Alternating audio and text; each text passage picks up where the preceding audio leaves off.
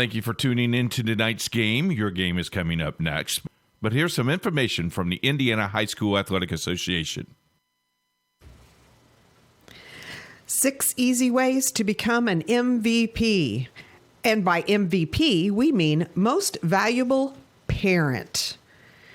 Like all of us, the parents of high school athletes tend to protect their children from adversity, or they overly involve themselves by advocating for their success. But when they do, they're negating the value of participating in high school sports. Among other lessons, high school sports teach teenagers to take nothing for granted, how to overcome obstacles, and that an extraordinary commitment of time and effort is required in order to reach goals and experience achievement. High school sports also encourage independence and self-sufficiency, attributes that are needed to be successful in life. It's natural for parents to love their children, and it's important to support them in as many ways as possible. With this in mind, here are 6 easy ways that you can be the MVP of your child's high school team. Number 1, attend your children's games as often as possible. Nothing demonstrates interest and involvement more than being there. And be sure to invite Grandma and Grandpa to come along with you. Number 2, cheer for all the kids on the team, not just your own. Here's a test for you. Do you know all the players on your child's team? Could you say hello to them by their first name?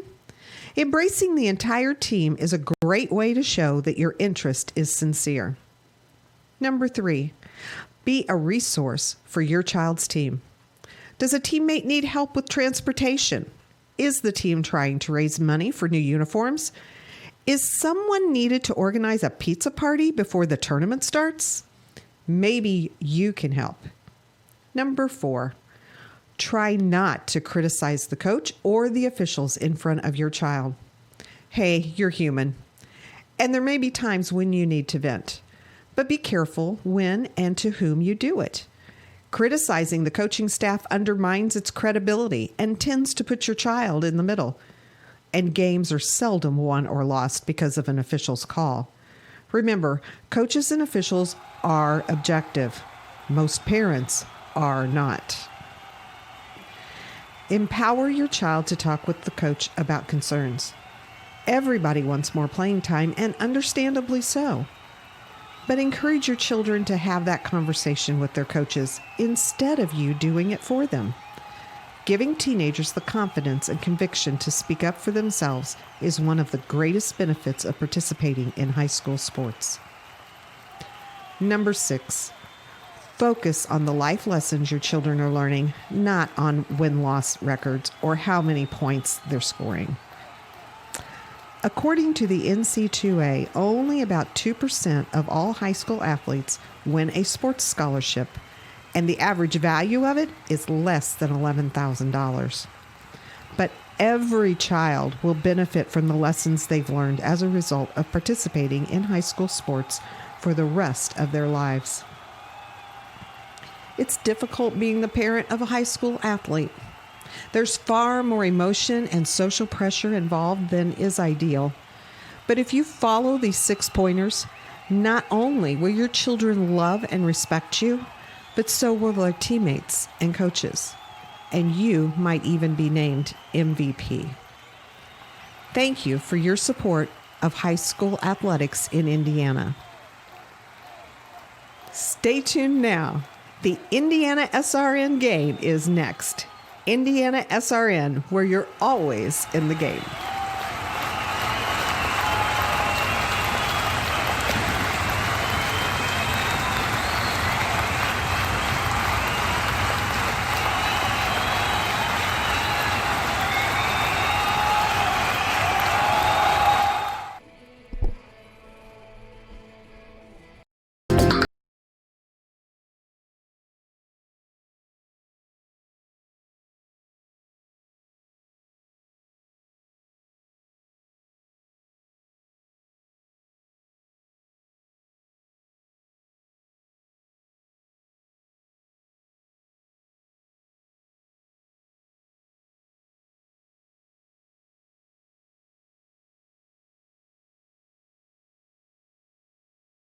Good evening and welcome to beautiful Victory Field here in downtown Indianapolis. It is a championship doubleheader tonight right here on Indiana SRN. Thank you for joining us. Along with Steve McClure, I am Sean Krall. The first of two championship games tonight, the City Alliance. Steve, Covenant Christian, first time here at 10-8 in the City Championship against someone who knows what it's like to play on this field, the Cathedral Fighting Irish, coming in at 12-6. This is an interesting matchup. Not many people expected Covenant Christian to be here, even though they were the 4 seed. Cathedral was the 2. Covenant Christian upset number 1 Chittard, and here they are, Andy Gossel and his Warrior squad at Victory Field. Congratulations to both teams on reaching the championship level game here this evening at Victory Field. And Sean, we are only about 10 to 12 days away from the IHSA state tournament. This is the game that will allow both of these teams to kind of measure themselves. This is a perfect situation for them to get into that mode. You know, and we look at the way it kind of played out, if you will, if we can use that terminology. You know, Covenant has played a lot of teams in this City Alliance tournament that are of higher class than they are. Andy Gossel and the Warriors fully expect to make some noise in the 2A tournament, and Cathedral is always a powerhouse in 4A. Well, the one thing that I commented to you, Sean, before we came on the air tonight is the fact that the growth of this Covenant Christian athletic program under Andy Gossel, the Director of Athletics, and especially with this baseball team of this year, 17 players rostered. That is impressive. It is very impressive, as we talked about Andy Gossel leading the Warriors down here to Victory Field, and Ed Freege in his 3rd year at Cathedral, although I'm not sure it can get much better than year number 1 when they went undefeated and won the state championship. I'll never forget that, the undefeated season that was played right out here at Victory Field, and that was a beautiful day. Today, very overcast and cloudy, and 52 degrees here at game time. We have winds out of the south-southeast at around 7 to 10 miles per hour. We'll see how that affects some fly balls today. 69% humidity and a low tonight of 41. That second game could get a little chilly. Good pitching matchup tonight as the ace, so to speak, if you will, based on statistics for Cathedral, is Peyton Schofield. He is a left-hander. He comes in 2-2, 1.21 ERA, 43 strikeouts in 29 innings pitched. And for Covenant Christian, the freshman who shut down Chittard, Brock Buckley, 2-1, 4.08 ERA, 22 strikeouts in 22 innings pitched. Sean, we will be referring to the freshman as Simba, the Lion King, and there'll be a good reason to call him that. But these are two good pitchers. I asked Andy Gossel about his freshman tonight. I said, what kind of a conversation did you have with him? He said he's very quiet. I asked him, are you ready to go? He says, yes, Coach, I'm ready to go. And you know Peyton Schofield is, as always, as we are excited to bring you 2 championship games this evening from beautiful Victory Field. You can see, looking out over downtown, what a fabulous view here at the ballpark as the Cathedral Fighting Irish get set to take on the Covenant Christian Warriors in the City Alliance Championship Game 2. 30 minutes after this one, the Perry Meridian Falcons. I know, I almost had that one. Perry Meridian Falcons set to take on the Lawrence North Wildcats in the Marion County Championship. Stay with us all night long. You are watching Championship Baseball on Indiana SRN.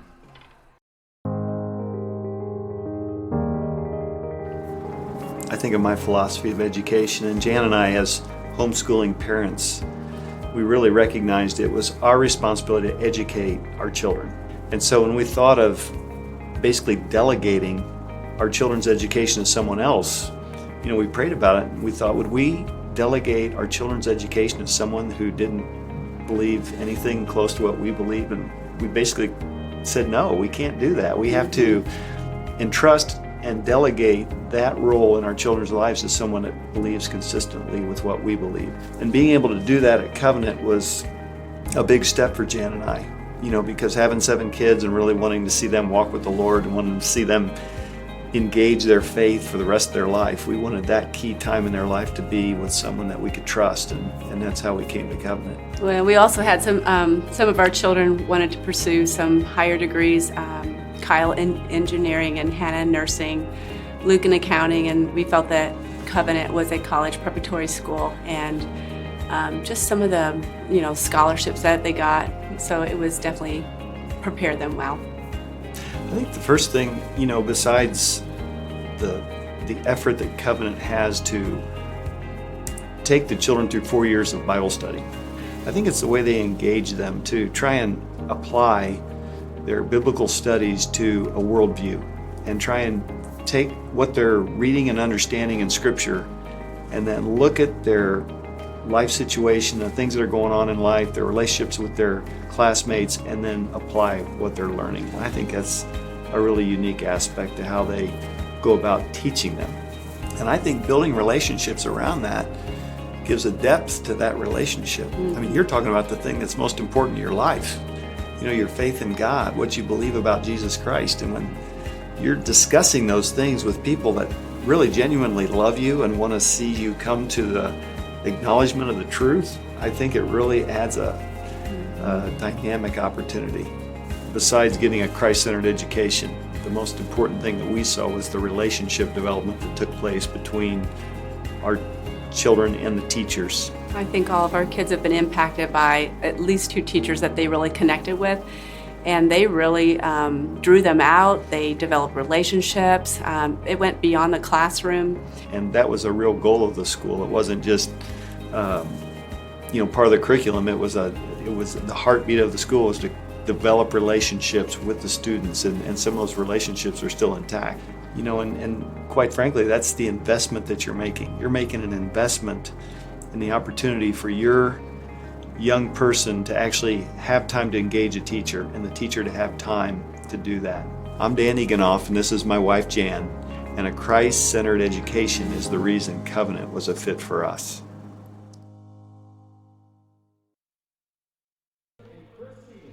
Back live here at beautiful Victory Field. It is the City Alliance Championship right here on Indiana SRN. Thank you for joining us along with Steve McClure. I'm Sean Kroll. Let's go right to the lineups for this evening's game. The away team, Covenant Christian, coached by Andy Gossel, coming in at 10-8. Leading off and playing center field, number 33, Darian Pugh. Hitting second and playing shortstop, one of our boss's favorite players, number 24, Jake Brackett. Number 19 and playing first base is Cam Collins. Hitting cleanup is the second baseman, and he will be wearing number 1 on his back. And hitting fifth, playing third base, number 13, Blaine Bradford. And we talked about it before, the freshman. Hitting sixth and pitching, number 20, Brock Buckley. The high school rules do allow a DH. Jack Hensley will be the DH tonight for Covenant Christian, wearing number 18. He will hit for the catcher, Ty Gossel, if that name sounds familiar. Yes, he is the son of Coach Andy Gossel. Rounding out the lineup, the right fielder Alex Coleman wearing number 34, and hitting ninth, number 12, Nick Wilson, who will be playing in left field. There are your Covenant Christian Warriors. For the Cathedral Fighting Irish, coached by Ed Freege. Leading off and playing shortstop, number 25, Chris Gallagher. Hitting second and playing center field, number 42, Camden Jordan. Hitting third and playing third base, number 2, Cole Vasillo. The first baseman will be hitting cleanup and wearing number 18, Kyle Kortner. Playing second base and hitting fifth, number 6, Mitch Bertrand. The DH for Cathedral, wearing number 32, is Luke Hellman. He'll be hitting for the pitcher, Peyton Schofield. 7, 8, 9, Cade Conlon, the catcher, number 10. Cam Clark, the left fielder, number 28. And rounding it out, the right fielder, number 5, Bo Sanders. There are your Cathedral Fighting Irish. They will be the home team. As you can see, Covenant Christian on the first base line now in their road grays with the forest green trim and maroon trim. Cathedral wearing the whites with new pinstripes this year, Steve. Some new unis for them. Looking sharp with the white hats, and it is going to be quite a game here tonight. A lot of people think Cathedral is going to win very easily. I'm not so sure that's the case. Now, I wouldn't say that immediately, no whatsoever, because as I made a comment to you before we came on the air, I thought that with Covenant Christian coming to the plate first and trying to get through that first inning defensively for our starting pitcher, that's going to give him a lot of confidence. It is. We will be back, and we will have baseball for you. You are watching the City Alliance Championship on Indiana SRN.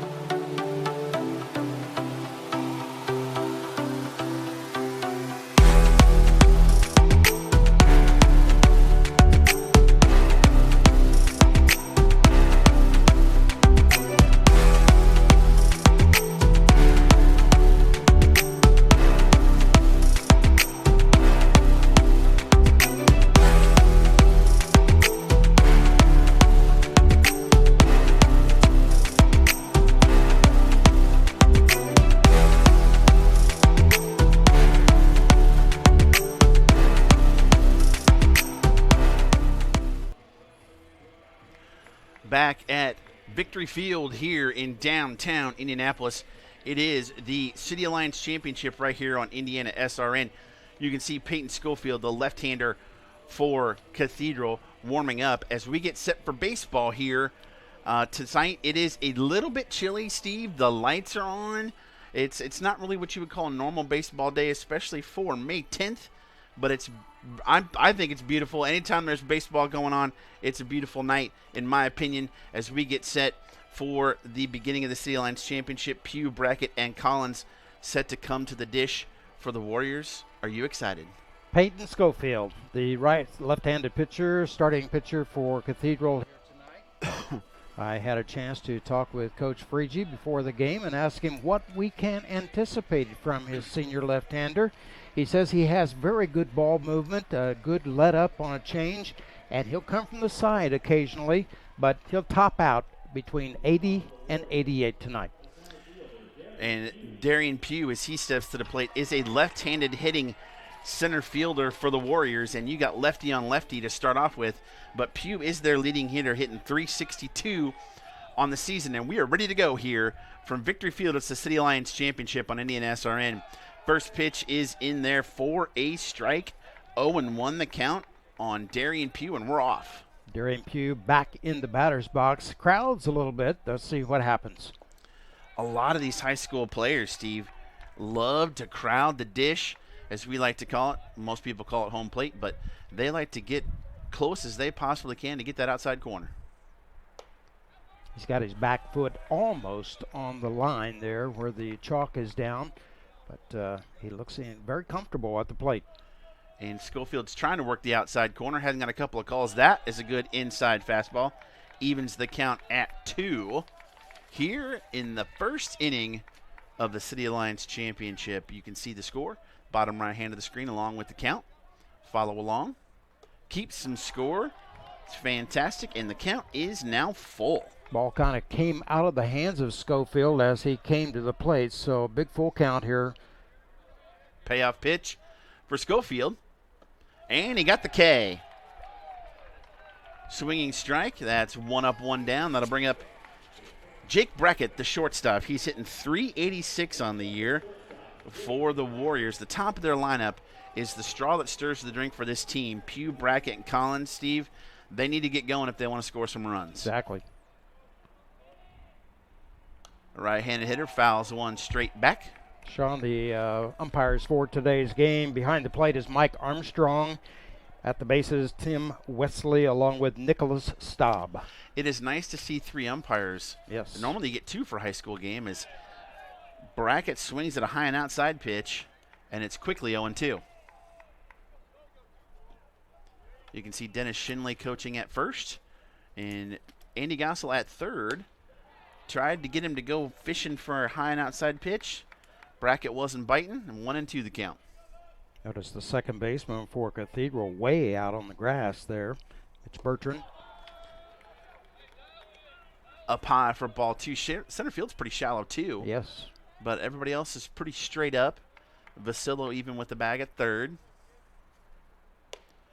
Wow. And that time he did go fishing. 2 up, 2 down. 2 strikeouts already for Schofield, and that'll bring up Cameron Collins, the first baseman, hitting .286 on the season. Really good velocity on that last pitch by Schofield and had him chasing.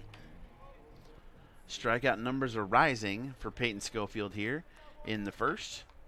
First baseman now at the plate. Good off-speed pitch. Ooh, didn't get the call, but it is 1-0. Got to keep them off balance. That's the best way to fool hitters, Steve. Schofield with a 1.21 ERA. Just like that, inside fastball. Collins couldn't catch up.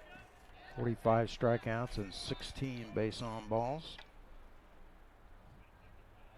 If you're Cathedral, you definitely like to go 1-2-3 to start off Oh, yeah. this game. Collins needs to prevent that. Down in the dirt. 2-1 the count.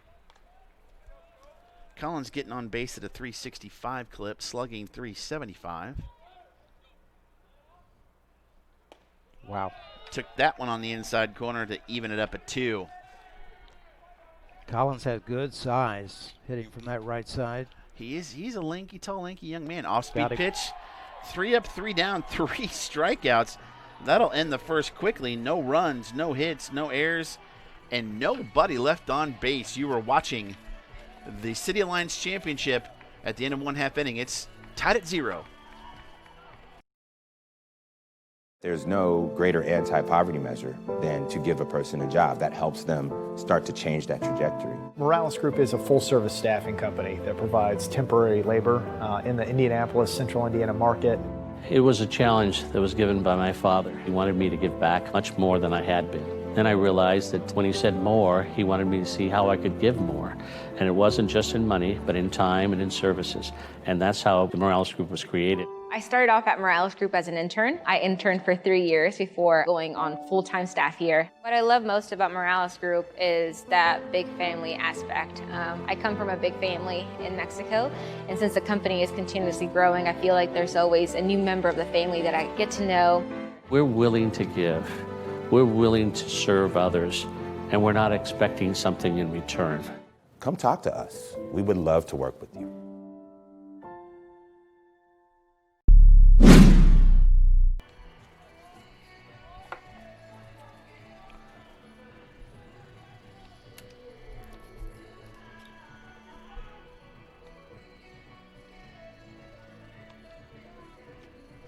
We are back at Victory Field. 3 up, 3 down for a Covenant in the first. We'd like to thank Morales Group for sponsoring our pregame show. This first inning is brought to you by Impact Insurance Restoration, the service you expect, the solution you need. Thank you to all our sponsors for helping us put on this webcast on Indiana SRN. If you like what you see, check us out at indianasrn.org. Broadcast high school sports all over the state of Indiana. And we are excited to bring you these 2 championship games tonight.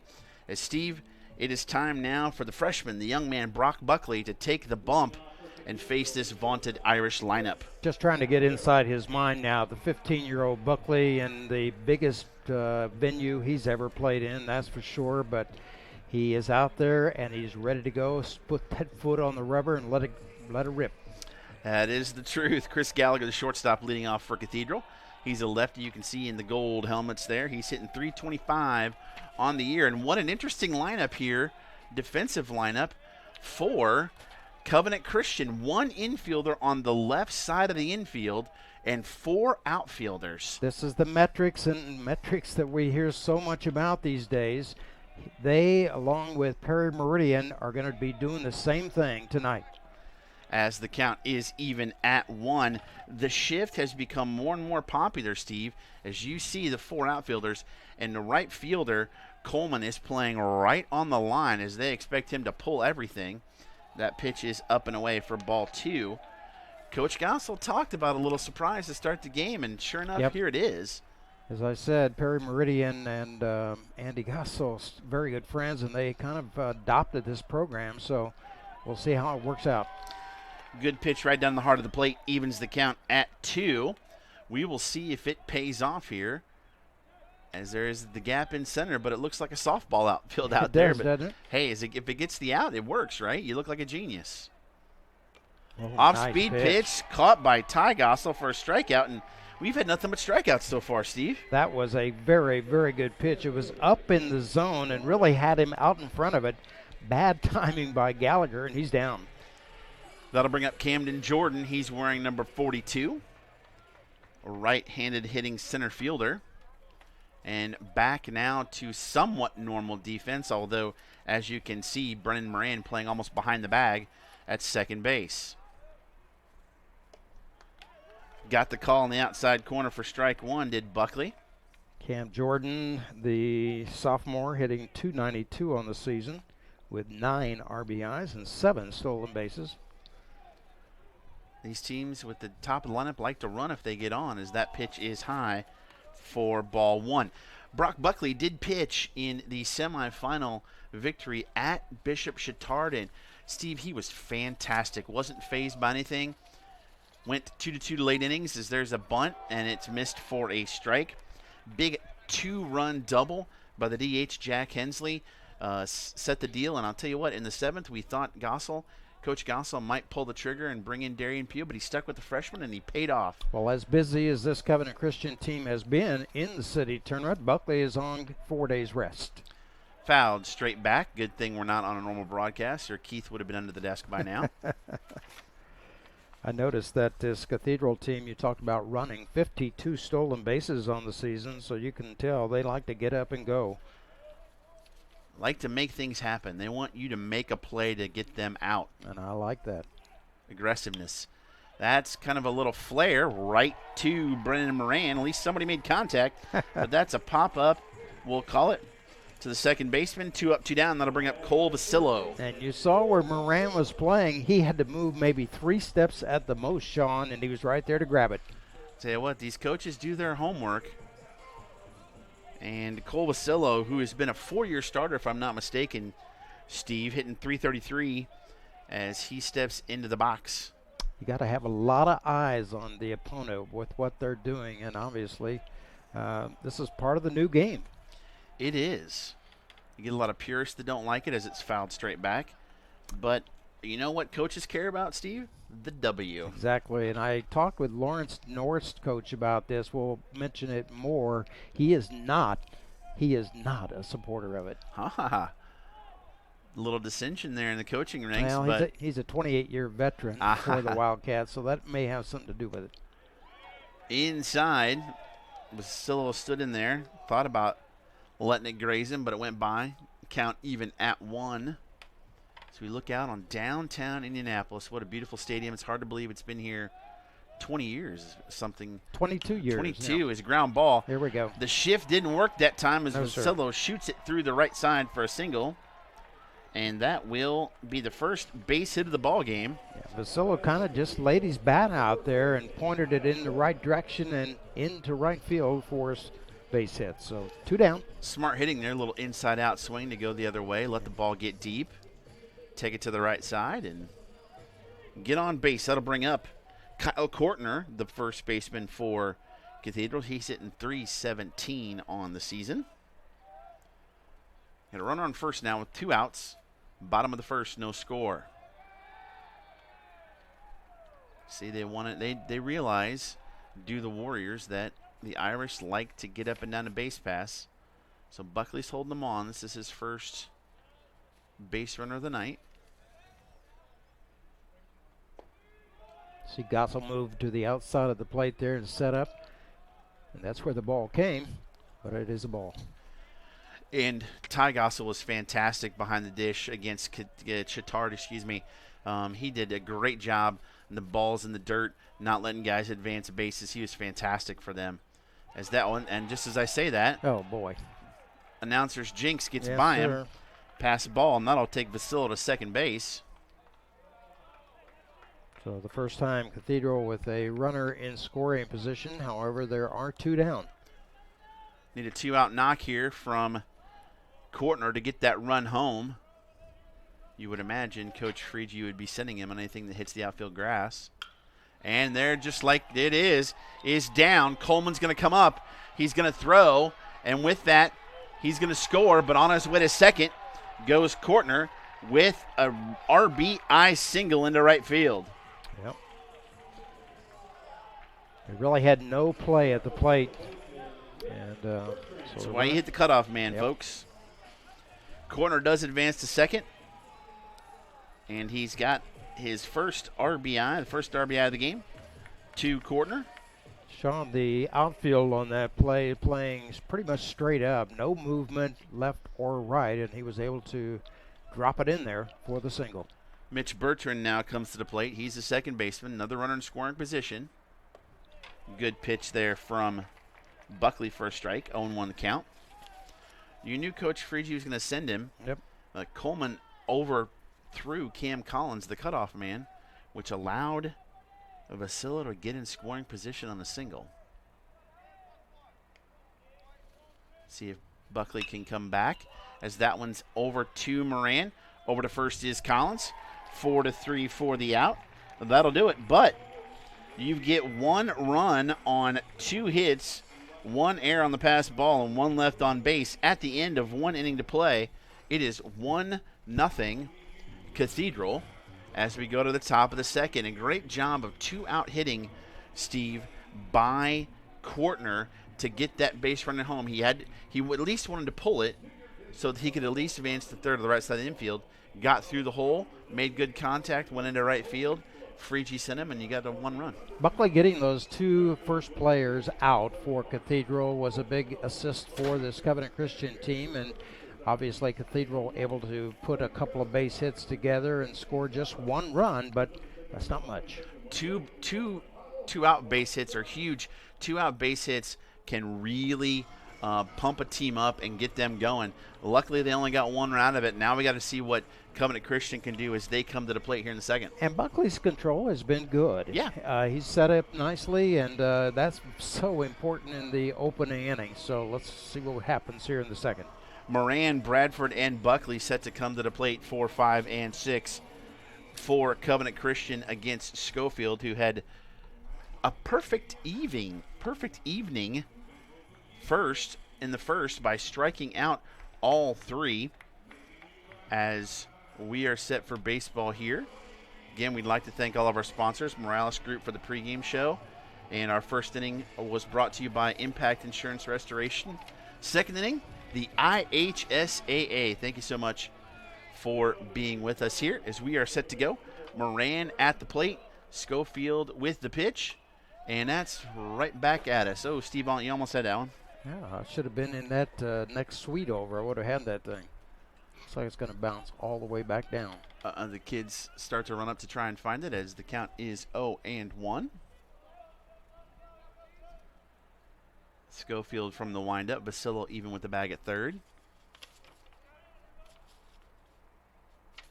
Be nice for Covenant to help their pitcher out by putting a crooked number up here right after Cathedral does. Well, you need that first base hit. And there's a shot right at Basillo. Scoops it up over to first. 5-3 for the putout. 1 up, 1 down. That'll bring up Blaine Bradford. He's hitting .326 on the year, the third baseman for Covenant Christian. Sean, that thing was hit on the nose, but Basillo making a nice play, getting down low to the ground, and put out was easy. As the coaches say, it is easier to come up to get the baseball than it is to go down. That's for sure. First pitch to Bradford. He got the inside strike call there. It's 0-1. Young team here for Covenant Christian. Bradford's a sophomore. He's also a pitcher too, isn't he? I believe he is. The count is 1-1. Looking at their roster, I see 3 seniors: Brackett, Collins, and Wilson. That's a good pitch for a strike. 1-2 the count now on Bradford. So Andy Gossel going to be able to say, let's reload. Yes. Just keep reloading. You like that word better I do too. Than do I don't like that. Rebuild. Rebuild. No. Not at all. Nice job fighting off that pitch there. Strike 2 still on Bradford. Bradford wearing that number 13 on the back of his Warriors uniform. Got the stirrups going strong today, as does Coach Gossel. That's kind of a little flare into right field, and that'll be down for the first hit of the evening for Covenant Christian. Good piece of hitting there by Mr. Bradford, and the Warriors have something going here as we hit the top half of the second with 1 out. Fought that pitch off and served it right into right field. Sanders brought it in. Now you've got Buckley can help himself here with 1 out and a runner on in the top of the second. And 1-0 Cathedral here in the City Alliance Championship. The first of 2 games tonight here on Indiana SRN. Buckley bunts it straight back for a strike. And game number 2 is the Marion County Championship. It'll be Perry Meridian and Lawrence North. Stephen Alves flop seats. He'll have the play. I'll have the color. And we'll have the windows down for that one. Let's see what kind of move Peyton Schofield has. Of course, he's a left-hander staring right at the base runner. He'll go over to first back in time. Bradford got back standing up. Let's see what Coach Gossel wants to do here with Buckley. He looks like he's going to bunt. No? No, he's going to pull it back. Yeah. Down low, evens the count at 1. Give his pitcher a chance to hit here. Help himself. You know, now you got to wonder, what Coach Freedy's going to do with Vasillo. He's still playing on the edge of the grass. He is. Expecting a bunt. Inside and low. 2-1 now the count. A long look in by Schofield on that pitch. They don't call it the hot corner for no reason, Steve. You got to have guts to play there. Good lead. It's first. Watch this. It is. Move over. Still back standing up. It's quick. Got out there about 4 or 5 steps. Bradford's a sophomore. See what offers up here. Creeping off. Nice job fighting it off. Stay alive. 2-2 the count now on Buckley. 306 on the year. Hensley, the DH, on deck. He had the big 2-run double against Chittard to give them the 4-2 lead that ended up being the final score. Ooh, that was close to a balk there, Steve Areno. There was a little bit of hesitation on going towards home and going towards first. Slide step. Got him swinging. Yep. 4th strikeout on the night.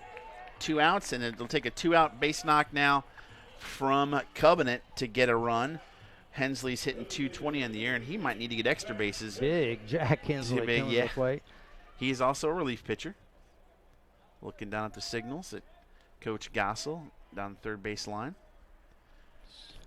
You may ask, oh, is he wearing the helmet because he wants to be like the major leaguers? No, because his wife makes him. That is why. Got that open stance, Sean. Watch this. Up and inside for ball 1. And the pitch he hit for the 2-run double against Chittard, he opened those hips up and just ripped it down the third base line into the corner. He's got that first front foot pointed right down toward third base. He couldn't lay off the high cheese there. Missed. 1-1 the count. Almost a back pick to try and get Bradford at first base. But no throw from Conlon. I'm surprised Bradford hasn't tried to steal as there's a throw over to first.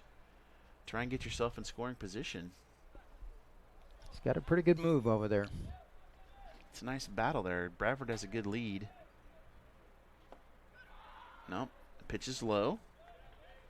2-1 the count. You wonder if Coach Gossel is waiting for the right pitch to send him. This might be a decent one. With 2 outs, I think you'd hold him up. That's a foul behind the plate. Got a pretty good rip at it, though. He did. He's gone after the high fastballs, and boy, those are hard to get on top of. You would think here Schofield would come with a breaking ball as the home plate umpire goes out to give him a new baseball, and will slowly back behind the plate. 3 umpires here tonight. Like to see that in a championship level game. For sure. Deuces are wild. 2 balls, 2 strikes, 2 outs here in the top of the second. 1-0 Cathedral. Thank you for joining us for the City Alliance Championship. There's the pitch. Oh, off-speed pitch struck him out. My goodness, 5 of the 6 outs by strikeout for Schofield. And we will head to the bottom of the second. You were watching the City Alliance Championship on Indiana SRN. Becoming a licensed sports official is a great way to make a positive difference in the community and support the over 160,000 Indiana student athletes that participate across 21 IHSAA sports. Sports officiating allows you to stay connected to the game, become a role model for our young student athletes, earn extra money, and support the patrons and communities of our IHSAA member schools. To learn more about becoming a licensed IHSAA official, log on to ihsaa.org/officials today.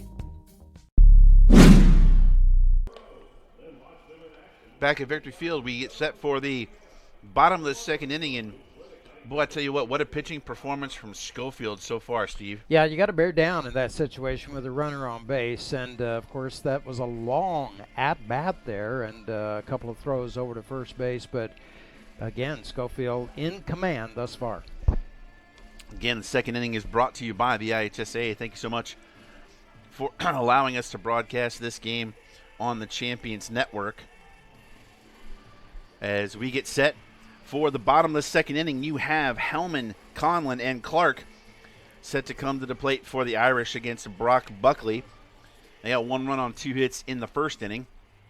We'll see what broccoli. Brock Buckley. I like broccoli, though. I do, too. A little lemon on it. Hey, I like it nice and steamed, but we won't get into that. What Buckley has to offer here in the second after giving up a couple of hits. Hellman's the DH. As that one was way up and outside. Almost got him. Coach Frigge was commenting to me about this young team, although he does have some veteran arms on it, so it's been a good mix, and they've just been trying to find the right pieces. Well, you lose players as that pitches for a strike. You lose a player like Jared Poland, who goes and is playing Louisville, who's top 6-7 in the nation in the NCAA. You're gonna falter a little bit because he was just an absolute monster. Ooh, didn't get the call there. 2-1 the count. He was their best hitter. He was their shortstop. He was their relief pitcher, and he even started games. He was unbelievable for the Irish. Yeah, unbeaten 2 years ago in 2017. Of course, the state finals runner-up of a year ago. That's a flare out into right field. Coleman started back, comes in, gets the out. Good defensive play there in right field for Covenant Christian as they come up with it, and 1 down. Alex Coleman. That'll bring up Cade Conlon, the pitcher's best friend, the catcher. 152 he's hitting on the year. You know, you see that a lot of times, Steve. You know, catchers, the coaches want their best defensive catcher. Cade in the lineup. Conlon, Sean's got to be one of the tallest players on this team, so that's a big strike zone there. And the strike zone was missed in that first pitch by Buckley. 1-0 the count. What do you think? 6'2", 6'3" out there? He's pretty good size, that's for sure. Yep. You don't normally see a ton of tall catchers. Nope. There's a rip. Bracket it short. Up with it.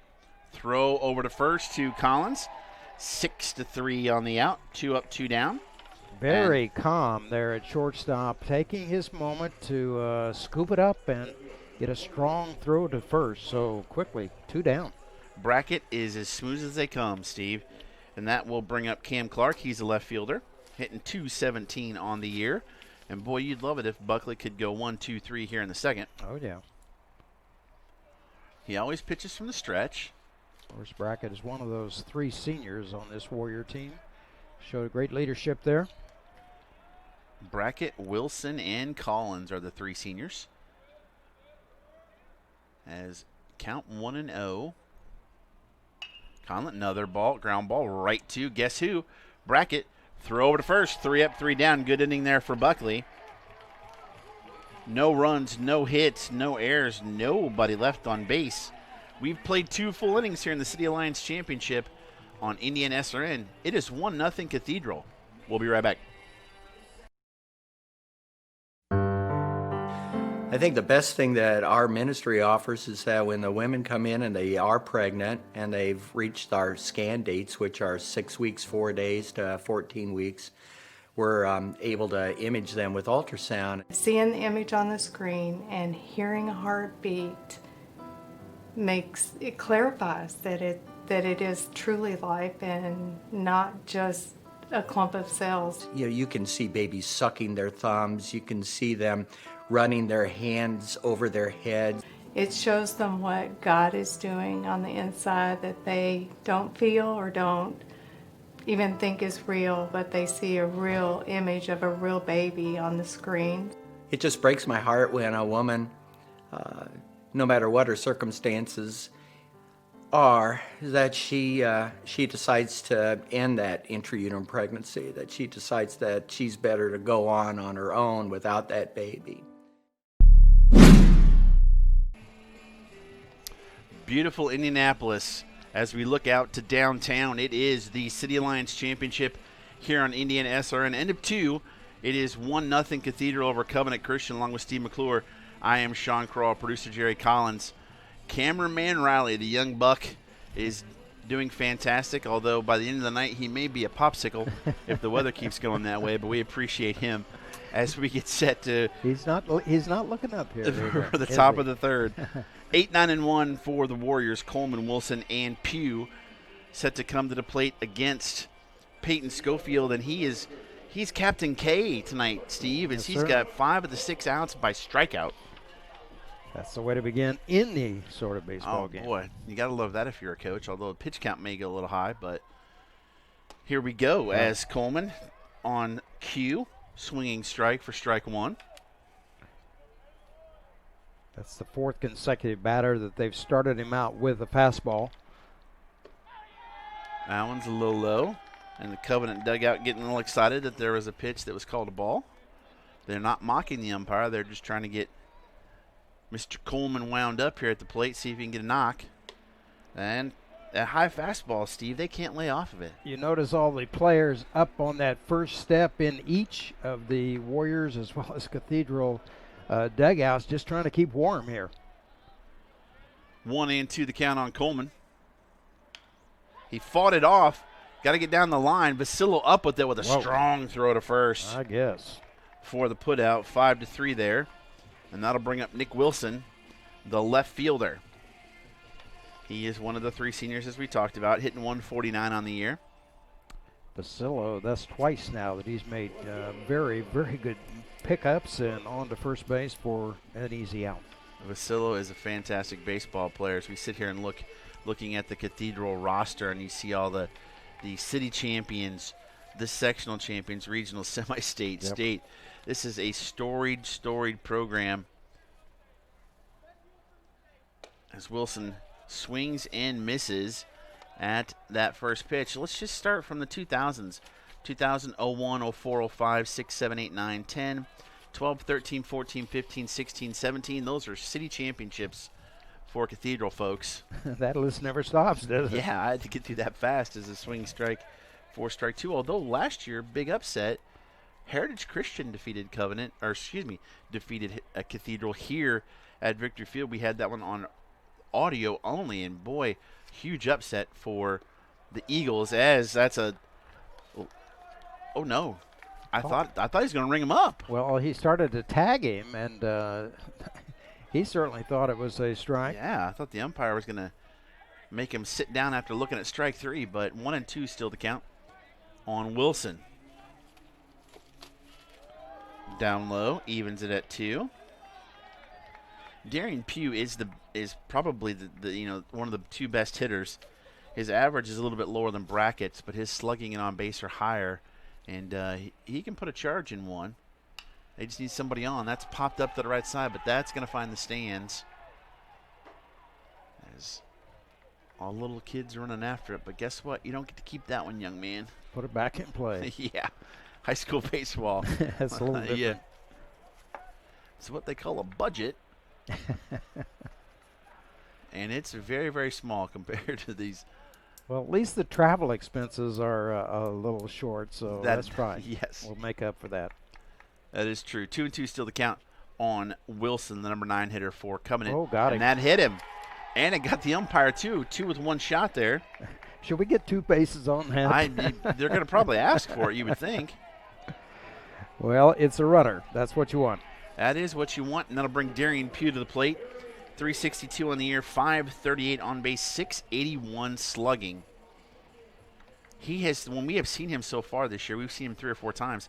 He's hit second or third, not leadoff. So this is an interesting move by Coach Gossel. Let's see what they do here. As Vasillo's on the grass, outside for ball 1. I cannot imagine Pugh bunting here. No, not at all. And again, Pugh has extremely good size at the plate. And he likes to go opposite field, Steve, and that left center field gap is wide open if he wants to go there. Yep, that's what he was trying to do right there. Yep, a little inside-out swing, but couldn't quite find it. 1-1 the count. Courtner holding Wilson on at first. There's a rip. Is it going to get in the gap? It's going to fall. Yep, it is. That's a little flare again. Now you got runners at first and second. And he got an off-speed pitch there. It looked like a breaking ball that was up in the zone, and he was able to control it with his bat. And now the Warriors have something going here, Sean. They do have something going. Runners at first and second with 1 out. Down only 1 here in the top of the 3rd. And their everything senior, Jake Brackett, comes to the plate. Man, you got to take advantage of these opportunities with Cathedral leading 1-0 here in the top half of the third. And with the top of the lineup, let's see what happens. You've got a pretty good gap there in the center of the infield as Bertrand is shitting to the first base side a lot.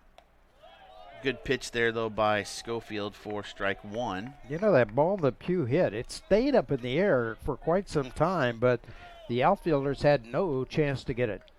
It's almost like he got it off his fists, but hey, it found grass, so he got something going here in the third. Nice pitch there, swing and miss. Quickly, it's 0-2. So Connor's not holding at first base. He has 1 foot on the grass as well.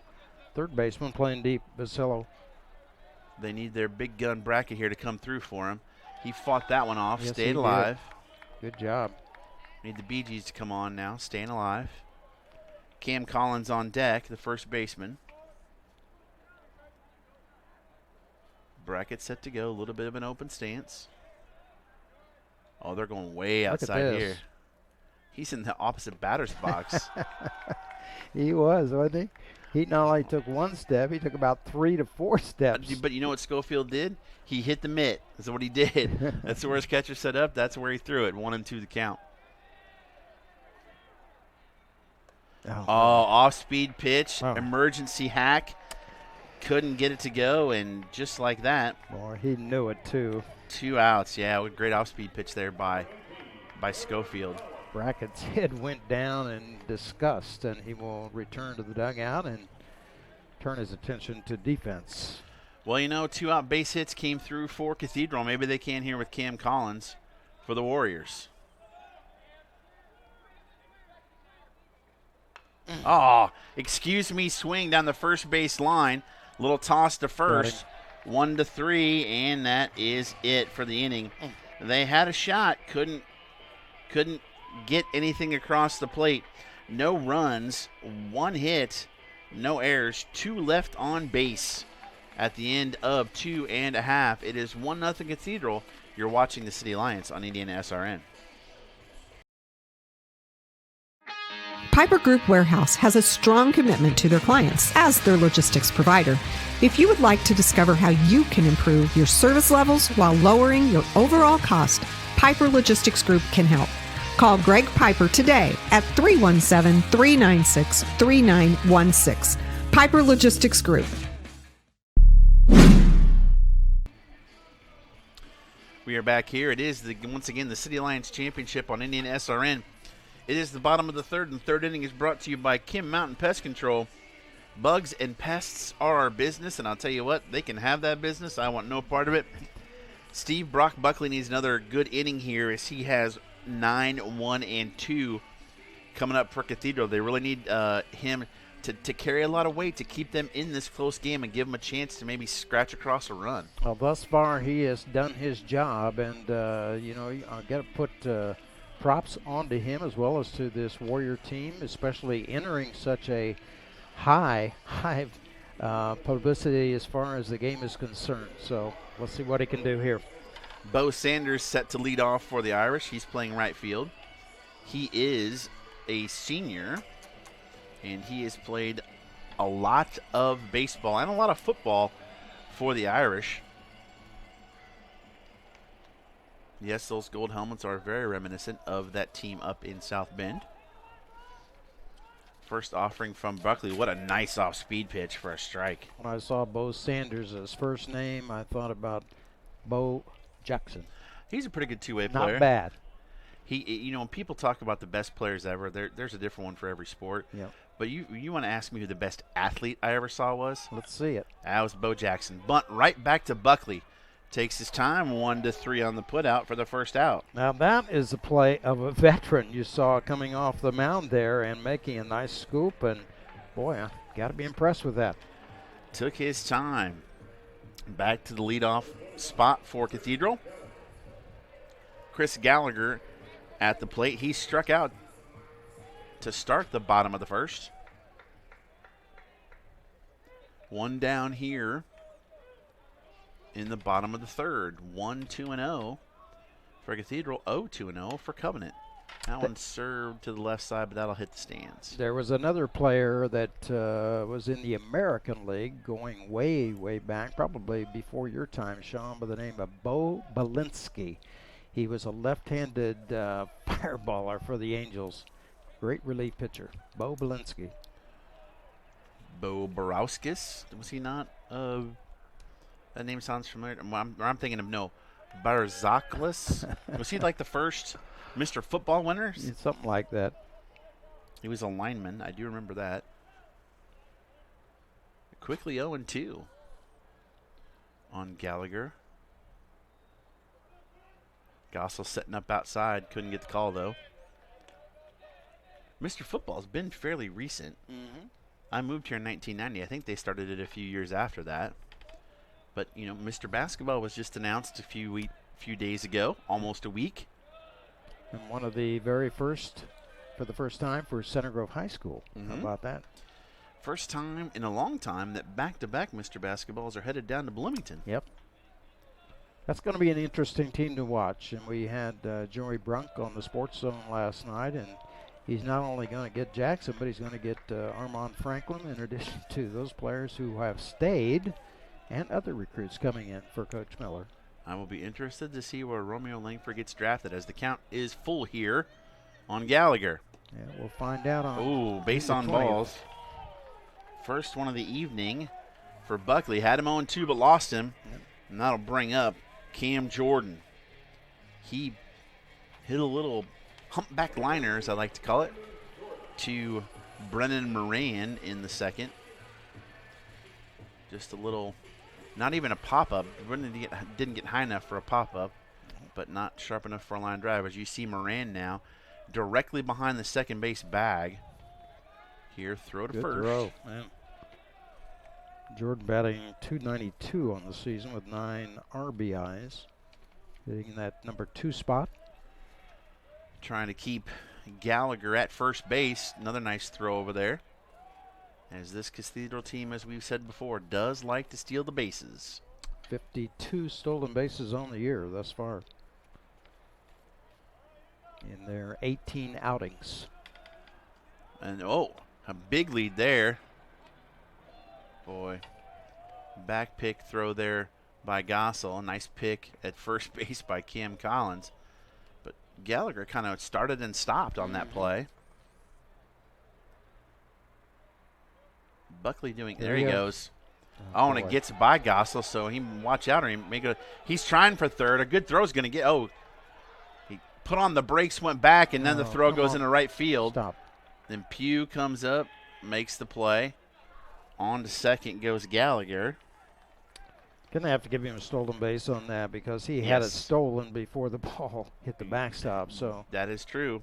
But the defense for Covenant coming up with a play there to prevent him from going on to third. So he wanted to, but a good throw by Gossel down to third. Yep. Had him slam on the brakes. He was about halfway between second and third there, Sean. So really had to scurry back. Another jam here for slipped. Another jam here for Buckley to pitch out of. 2-0 now, 1 out. Runner in scoring position with the brunt of the Cathedral order coming to the plate. And Buckley's got his work cut out for him here as Jordan's at the plate. Looking to put another crooked number on the board for the Irish. Oh, boy. And it hit him. Breaking ball didn't break. Nope. Now we got 2 runners on. And what this does do, however, is it does set up the double play. However, the problem is you got Cole Vasillo at the plate, who singled into the gap between first and second back in the first, and he scored the only run of the game. Very, very experienced hitter up at the plate now, hitting .351 with 19 RBIs. So difficult spot here for Covenant. What you would like if you're a Buckley, a sharp ground ball right to Brackett. Turn it over. Oh, double steal. Hit and run. Wow. And Coach Friege thought he had it. On the he opening jumped up and pitch down. too. Yeah. That is a good piece of coaching there. Didn't quite work out for the Irish, but little 360 hop over there by Friege. He knew he had something going there. All the runners go back. 0-1 the count now. on Vasillo. Buckley gets a chopper to third and booted by Bradford. Everybody safe. Wow. E5, and that'll load the bases with one out. And this is what you cannot do against Cathedral, is give them extra outs because they will make you pay every time. Hensley was handcuffed there. He had to charge the ball on the grass, put his right hand down with his fielding glove, and just could not come up with it. So big trouble here. Yes, that's one where you wonder if Bradford should have went bare hand, but that's a tough play to make too. Yeah, especially with two runners coming at you. So, and you got Kortner, who singled in the first as well. Corner's in, looking for a strikeout or double play, and he does get a strike to start the at-bat. Middle infielders play back, hoping for that ground ball to turn two, but if it's hit to first or third, they're coming home with it. What would even be better, Sean, would be to have a comebacker right to the pitcher here, and then be able to hang on to it and throw easily to home plate for the force out. Even hard enough where you snag it and go home to first and get two that way as well. Right. Kortner, is down 0-2, however. Well, let's see what Buckley can offer here. Got him. Wow. Big strikeout for the freshman. That's even better than a force out on a quick grounder. So huge out there for Buckley. Now you got to deal with Mitch Bertrand. He grounded out to second base to end the first. You need one more out here. If you can get out of this jam, that's got to give you some life as a Covenant Christian Warrior to get out of this jam. Buckley turned around and took a deep breath before he reassessed himself on the pitching rubber. So a little bit outside for ball one. Trying to keep it out of the zone for a very good hitter in Bertrand. He, as Coach Gossel talked about, very reserved young man, very calm. And he needs it in this situation. As that's off to the right side, going to be probably, about 4 rows deep, out of play. Into the seats, so we'll do it again. 1-1 the count, as you can see. Bases full. Our graphic down there at the bottom, those colored squares means there are Cathedral Irish at those bases. To get a full screen shot there. Thanks again to everyone for joining us here at Victory Field tonight for this City Alliance Championship. Glad to have you on board. And here's a pitch by Buckley. Nice block there by Ty Gossel. You have got to go into hockey goalie mode on those to make sure they don't get by you. 2-1 the count on Bertrand. Just got to take your time. Concentrate on the hitter here. Bertrand, another senior. There's a ground ball to Moran. Up with it. Over to first. Big out there. Great job by Buckley to get out of that inning. Boy, oh boy, no runs on no hits. 1 error and 3 big runners left on base. At the end of 3 innings of play, thank you, Kim Mountain Pest Control, for that 3rd inning. It is 1-0 Cathedral. You're watching the City Championship on Indiana SRN.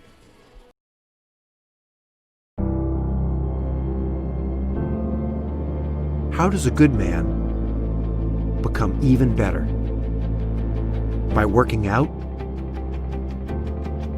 Or by working his way up the corporate ladder? By changing his diet? Or by changing his style? By traveling the world? Or by staying perfectly still? For 300 years, we've helped good men become the best versions of themselves through a dedicated fraternity and by taking an oath to live a life of integrity, service, and brotherly love. Men who are as committed to each other and their families as they are to our noble cause. In the end, we don't just make men better, we make them Masons. Not just a man, a Mason. 4, 5, and 6 set to come to the plate for Covenant Christian here. The top of the 4th. A much, much closer game than many expected, but we did not believe that, Steve, as it's 1-0 Cathedral, only 4 hits total. 2 great pitching performances by Buckley and Schofield so far this evening for both squads. And, Sean, I'm putting myself into Andy Gossel's shoes right now. I'm feeling pretty good about this Warriors team. Brendan Moran set to come to the plate. He grounded out to third in his first at-bat, takes one high. Remains 53 degrees here in Indianapolis. Things are heating up out at the Speedway, about 3 miles from us, but right now it's all baseball. Well, a nice pitch there, and boy, Moran wasn't holding back on that swing. He wanted to put one in the alleyway, rolling to the fence, but he did not make contact with it, so now it's even. Bradford will be the on-deck hitter, and he has a single in this game, one of the 2 base hits for Covenant Christian. Schofield set to come to the plate again. Fought off to the right side. That one's going to, it's going to pop down and come. Yeah, it makes it all the way back down to the lower deck. 2-2 the count. That was a good pitch by Schofield, and Moran was able to square up and fight it off. So 2-2. 2-2 is the count. Fought it off again, coming right back to us. On the roof. Roof shot, but it bounced off, coming back down. Oh! Did he get it? I don't know. Somebody came close. One of the Covenant fans down there saw it coming right back at him. I think he did get it. Maybe it was Scott Flatt. We'll see here. 2-2 the count still again. Got him looking. Wow. Great pitch there by Schofield. Backward K here. Yes, for the first out. 7 strikeouts so far for Schofield in 3 1/3. And that'll bring up Blaine Bradford, the third baseman. He did single into right field for the first base hit for the Warriors. That is high for ball 1. And boy, if you could just scratch 1 run across here, if you're a Covenant, that makes it a whole new ball game. But Schofield's numbers, pretty good. 224 opponent's batting average. And he's mixing speeds very well right now with the fastball and the changeup. High and outside, 3-0. The balls that have been called balls have been all fastballs, and they've been outside in the zone. No walks yet. He does have a hit batter. But we'll see what happens here. 3-0. Got to imagine he is taking. Bradford does take, and a strike. Need base runners. Let's see what happens here. I got to imagine you're looking for it in your hot zone here, and if not, you're laying off of it. And that was his hot zone. Straight back just to the right of us, and now the count is full. Nobody's going to get that one. Got to wonder if he's going to come back with a breaking ball here. All right. Got to feel so. Here it is. Nope. Nope, and he walked him. He missed on it. Big base runner there as Brock Buckley now gets a chance to help himself. Same situation as his first at-bat. Comes to the plate with a runner on first and 1 out. He struck out, though, in the second. Let's see what happens here. Do you think Coach Gossel might send Bradford, maybe try and steal a base here? I would almost ask him to bunt here. Let's see what Buckley does. Nope. Nope. And it's high and outside for ball 1. Last time up, he did take a attempt at it, but then held back and hit away. So foul it straight back, and after that, no more bunt sign. Gone. Oh, the runner's going. It's a bunt. Oh, got it. Hit and run there. And I think he had that base stolen, Steve. He did. He really did. But he trying to put it down the first base line and just hit off the edge of that bat and popped it straight up. But still at bat. 1-1 to count now. We'll see what he does. Vasillo playing the cut of the grass at third. Schofield comes to the plate. Down low. He's missing on that breaking ball, and it has been on the inside part of the plate, but just a little too low. Good opportunity here. Oh, they almost. Wow, he was Bradford was leaning. He was more than leaning there, but caught him out of the left eye and was able to get back. Slide step there. Yeah. Buckley swings and misses. Yeah, he came quickly to the plate on that one, allowed no lead whatsoever. So you got to put the ball in play here if you're Buckley. You don't want another strikeout. Preferably to the right side of the infield. Move the runner to second. Now runs count full. Again, fastball misses down low. Hensley on deck.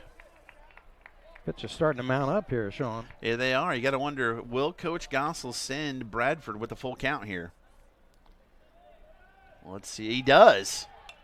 Fouled straight back. He's had 2 shots at it, and Buckley's fouled it off both times. And the freshman doing a good job up there protecting at the plate for Covenant Christian, even with the runner going. So we'll see what they have in mind here. Coach Gossel down at third base, going through a number of signs. Bradford at first base. He's going again. Right up the middle for a base hit. And Bradford's at second. You got 2 runners. Oh, ball was muffed a little bit by Jordan out there in center field. Not enough, though, for Bradford to advance. 2 runners on and 1 out now for Hensley, and this is exactly the situation they came across in a tie ball game at Chittard. That was an outstanding at-bat there for Buckley, and he had a 2-2 pitch right up the center of the field, and a good fastball, but now the Warriors with 2 runners in position and still, Sean, only 1 out. And this is where Hensley hit the 2-run double against Chittard, as there will be a courtesy runner for Mr. Buckley. It's Trey Replogle. And now Jack Hensley has a chance to come through for the Warriors. 1 out, runners at first and second. First sign of trouble for Schofield this evening. That's popped straight up, but that's going to get back to us probably. It will. It does. Great job of the ump following Conlon back, and it's 0-1. I thought Conlon might have a chance at that thing, but it kept rising and coming right toward us there, Sean. I loved it. We had seats one time when Rebecca was pregnant with Brennan right at first base dugout, first row, pop up, and I could tell it wasn't going to get to us, but she was losing her mind, and it hit the dugout right in front of us, and I didn't flinch. She thought, "You were going to protect me?" So I knew it wasn't going to make it to us. Oh, we fought it off. The second for 1, and boy, they're going to get the double play. Great play there by Kortner at first to go to second, and they're going to get the double play. 1-6-1 for the double play, and that is going to end the inning. What a huge pitch and play there for Schofield to get out of that jam. So we are at the end of 3.5. It is 1-0 Cathedral. You're watching the City Championship on Indiana SRN. Your home and office make up a big part of your world. Sometimes trying to manage it all on your own can make you feel like you have the weight of the world on your shoulders. And when the weight of the world is on your shoulders, you need a strong back or two to come to your rescue and haul your stress away. You need the College Hunks. Whether it's time to clear some space for new memories, to reinvent the room around you, or to simply pack up and move into a fresh new beginning, you can count on the Hunks to bear your burden so you don't have to. Let us move you today.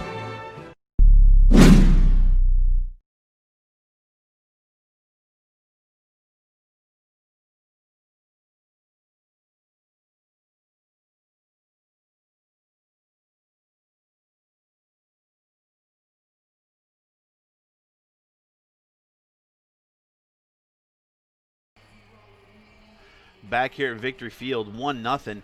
Huge pitch sequence there by Schofield to get the double play on Hensley and get out of the jam that he found himself in, as Buckley now comes back with a clean slate after he fought his way out of a jam in the 3rd inning.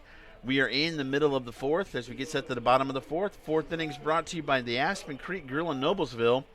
We look forward to serving you and serving your mother on Mother's Day. We were there for week 1 of the Sports Zone, our Thursday night sports show. They were fantastic. Great food, great people. Go visit them up near Hamilton Town Center. We will never forget our mothers. as well as our daughters who become mothers and granddaughters who also become mothers along the way. So happy Mother's Day, everyone. Yes, Hellman, the DH, up for Cathedral. He flew out to right field in the second. Again, 1-0. Although, if I told you this, would you believe me if you didn't know any better? Covenant's out hitting Cathedral. So far. 3-2. It says so right up there on the scoreboard. Well, we can see that easily, but, great pitching performance by Buckley. Just strike 2 there. Yeah, Buckley has shown such poise out there on the mound for being a freshman and getting his start here at Victory Field tonight, and I am duly impressed. Andy's got to be salivating at having him for 3 more years. Yep. There's a chopper right to Brackett at shortstop. Nice throw over to first, 6-3 for the putout. That'll be the first out of the inning, and that'll bring up Cade Conlon, the catcher. He grounded out to Brackett as well back in the second. Brackett really coming up and securing the ball and put a tight fist on the ball before heading out of first base. But there's one down. One down. Low-scoring game, a pitcher's duel, if you will. Mm-hmm. Something this generation don't think appreciates enough, Steve. Good pitcher's duel. That's outside for ball 1. Well, the other city schools have found out exactly what kind of a team this Covenant Christian Warriors Club is, and they pulled off some good upsets, including upsetting the number 1 seed in the Shatar Trojans. That's popped up, and somebody's got to play at that. Gossel's coming over for it and can't quite make the play. Tough sky there. Breeze blowing, had him going, and more life at the dish for Conlon. I think 2 Class 2As put on notice, Steve, at the way Covenant's been playing. They're going to be a very, very tough out, and the baseball draw. We see this time and time again, Sean, not only in the game of baseball, but in basketball as well as football. When you start playing up in schedule, you're going to compete. That's what the name of the game is, and the Warriors are doing just that tonight. I think I see what might have caused Ty Gossel some issue when he threw his mask off. His glasses came off with it. Kind of hard to see without your specs on. As that one gets by. Ball started to go toward the dugout on the Covenant Christian side, and then he had to kind of come back at it and just got away with it. We're okay. Going backwards as a catcher is never a fun place to be. No, it is not. Good pitch by Buckley. That's ripped foul, though. There is some action down in the Cathedral bullpen. Let's see if we can catch a number here. Interesting. How about number 12? Number 12, that's Derek Hazlitt. All right. He is a senior. Schofield's throwing well, though, so we'll see what Coach Friege decides to do here. As that one is about a 58-foot curveball there. Friege's got, sorry, John. Friege's got about 5 or 6 arms on this team, and keep in mind that they will be playing again tomorrow against Warren Central. And then 3 games at the beginning of the weeks, Tuesday, Wednesday, Thursday. Payoff pitch, and boy, Ty Gossel couldn't hold on as just tipped at the plate by Conlon. He stays alive. Cam Clark on deck. 1 out here. Bottom of the 4th, low-scoring game. 1-2-0 for Cathedral. 0-3-1 for Cathedral or for Covenant. And there's a base on balls. Second walk given up tonight. He also has a hit by pitch, so runner on. Good piece of hitting there, as he'll get a pinch runner, as it is numbered. It looks like number 20, Dalen Hall, running for Hellman, the DH. Hall was a junior, outfielder. Got to imagine Clark could possibly be bunting here. 1 out, run on first. Especially hitting in that number 8 spot. 2-17 on the season coming into today. And let's see what Buckley can do here. He's found his way out of a lot of jams, and he throws over to first. I definitely want to hold him on. 15 years of age, Mr. Buckley, and he's not showing me 15. My oldest is 15. It's night and day. Fouled straight back. 0-1 the count. I think Keith jumped all the way up here. The Simba Lion King is what they call him. Man, they made a live-action Lion King, Steve. I'm not sure how I feel about that. These cartoons should stay cartoons. I'm old school in that banner. If he's okay with it, I'm okay with it. Okay. Throw to first. Again, Dalen Hall, the courtesy runner at first. Baseball has a way of developing those nicknames, you know? Oh, they do. Big time. They love the name. There he goes. Hit and run, but fouled straight back toward us. And the count is now 0-2. Coach Frigi's liking that hit and run. I can tell you at least 3 nicknames I have been given really? in my playing days. Well, what was the Silver Fox a playing one, or No, is that an SRN one? It was not. It was not one of those. I'll tell you what they are in just a minute. Strikeout would look good right here. Throw to first. That was a close play at first. How about Squirt? Squirt, okay. How about Pee Wee? Oh, Pee Wee Reese. And the latest one was Smurf. What are they trying to say? You're small? That's okay by me. Okay. Come on, bring it. Ripped into center field for a base hit. No stolen base needed there as Clark serves it into center field. 2 runners on now with 1 out. Wow. Buckley's got to pitch out of problems again. I didn't want to see a base hit back in the lower part of the Cathedral lineup, but exactly what we got here with Bo Sanders coming up. Mm-hmm. The senior, I figured maybe they'd modeled the Squints character on the Sandlot after you. Yep. With the glasses going. One of the first names was given to me was Buster. And Buster. That was after a small dog that one of the players had. All right. But I kept saying, fine, you can continue to bring them. If you call me names, I'll just keep me in the lineup. I'll That's keep all. smoking line drives all over the field. Let's see what Buckley can do here. Bo Sanders, senior hitting number 9. Gallagher on deck. 2 on, 1 out here in the bottom of the 4th of a 1-run game. Oh, boy. That's into center field. In comes Pugh. Sliding catch. What a great catch. And they had a shot at him at first. If Pugh comes up running, he went to second with the throw. But they had him dead to rights at first. But a great diving catch by Darian Pugh in center field. Yeah, Sean, Pugh had to come way in, and he had to go to his knees to make that diving catch, or if he was on his feet, he would have been able to get the force out at first. But more importantly, 2 down. Huge out there. Great play there for Darian Pugh to help his pitcher. 90 to get Gallagher. He's in his 3rd at-bat. He struck out and walked, as Chris Gallagher has. He's a sophomore, and a sophomore leading off here. 2 outs, 2 runners on here, 1-run game. Buckley thought about throwing back to second, just holding him close. Turns and looks back and no throw. And we're back to the 4 outfielders with Gallagher again, as Brackett's playing a very short left field. 3 infielders. Oh, I'd be so tempted to lay down a bunt here. Boy. Did not get that pitch on the outside corner for a call, so it's 1-0. Coleman's playing kind of in the corner. Again, Coach Gossel playing the percentages here, see if it works out for him. As you can hear all the chatter going on as Buckley's taking his time, and Gallagher calls timeout. Again, Sean, we're only 12 days away from the beginning of the 53rd annual IHSA State Baseball Tournament. May 22 to 27, the sectionals will get going. We'll run down those pairings for you in just a minute. Buckley now, as he is from the stretch, taking his time. I think he's a little unsure of what he wants to throw here, but still trying to keep the pinch runner Dalen Hall close at second.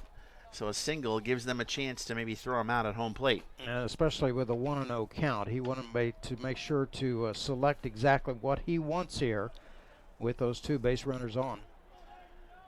Buckley comes to the plate, outside. 2-0 the count. You do not want to put him on. Nope. 0 for 1 on the day, flied out and hit by a pitch. Because if you get a runner on third, a pass ball can score a run, and you don't want to take that chance. 2-0 here. You got to imagine he's probably swinging. No, and it's 3-0. I did it again. I get going too fast here, mouthing fast forward in the brain and rewind. Buckley looked at the dugout, kind of maybe to see if he could get a little bit of a hint from Coach Gossel on what to do here. He did get a strike on that pitch, though. Yep, sure did.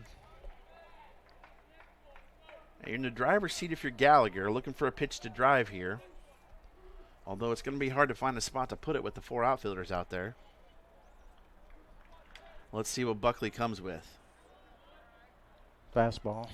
And he walked him. Bases loaded. Second time tonight, Sean. The bases loaded for Cathedral. That's 3 walks for Buckley to go along with 2 strikeouts. And again, he's just trying to be really careful to pitch around a leadoff batter like Gallagher, and bases packed. Another sophomore, Camden Jordan, at the plate. He popped out to second base and was hit by a pitch in his 2 at-bats. Bases full of Irish, 2 outs though. Can Buckley get out of another jam? Fouled off to the left side by the Cathedral dugout. 0-1 the count. Breaking ball there to start him off, and a little bit early on the swing as he looks down to Coach Frigie at third. You definitely don't want to face Vasillo in this situation. No, sir. So you want to get this out and get back in the dugout. Well, they thought about squeezing. How about that? Wow. Missed it, though, and quickly it's 0-2. That takes some courage, but a great piece of coaching as well. Just did not work.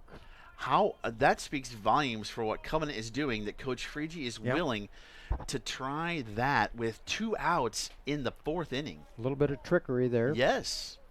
You don't see that often. No, sir. 0-2, big pitch here for Buckley. Big sequence. Can he get out of this inning? Chopped foul at plate. Boy, he barely got a chance of that thing, and trying to go the opposite way, especially with the first baseman. Collins playing a little bit deep and towards second base. They're cheating in at second base. He got himself some extra life here. Still 0-2 with 2 outs. Bases full. Bottom of the 4th of a 1-run game. That one was high. Didn't offer at it. It's all right. 1-2 still the count. More people starting to show up. I'm sure the weather had a little bit to do with it, but great place for high schoolers to get a chance to play baseball here at Victory Field. Oh, and he hit him. Oh my. Second hit by pitch for Jordan on a bad breaking ball. He gets the RBI, and in to score is the pinch runner for Conlon, and that will make it 2-0 Cathedral. So that's twice now that Jordan has been hit by a pitch, especially, Sean, with a 0-2 count. Yeah. Wow. That'll bring up Cole Vasillo. He singled in the 1st and scored. Reached on an error in the 3rd. And this is a dicey situation, a big, big moment in this ball game. 2 outs and your best hitter at the plate for Cathedral. The freshman on the mound needs an out. Swinging strike. Man, he was way out in front of that thing on a fastball. That's a good start if you're Buckley. And Vasillo is a first pitch hitter. He went after it. See what he does here. As in Buckley, what Gossel's going to call. That's popped up on the infield. Moran calling for it. Moran under it. Makes the out. Big out for Buckley. Although they do get 1 run on 1 hit. No errors and 3 left on base. 2 innings in a row, they've left the bases loaded at Cathedral. 2-0 at the end of 4. Thank you very much for Aspen Creek Grill in Noblesville for sponsoring the 4th inning. We'll be back. You're watching Indiana SRN. Bertner Electric Incorporated has been proudly serving our residential and commercial customers with quality electrical repair for over 33 years. We are fully licensed and insured in electrical wiring and electrician service packages. You'll receive a competitive assessment, whether you're a homeowner or a business owner, first-time or long-time customer. We offer free estimates for any new project. Call our licensed and experienced electricians today.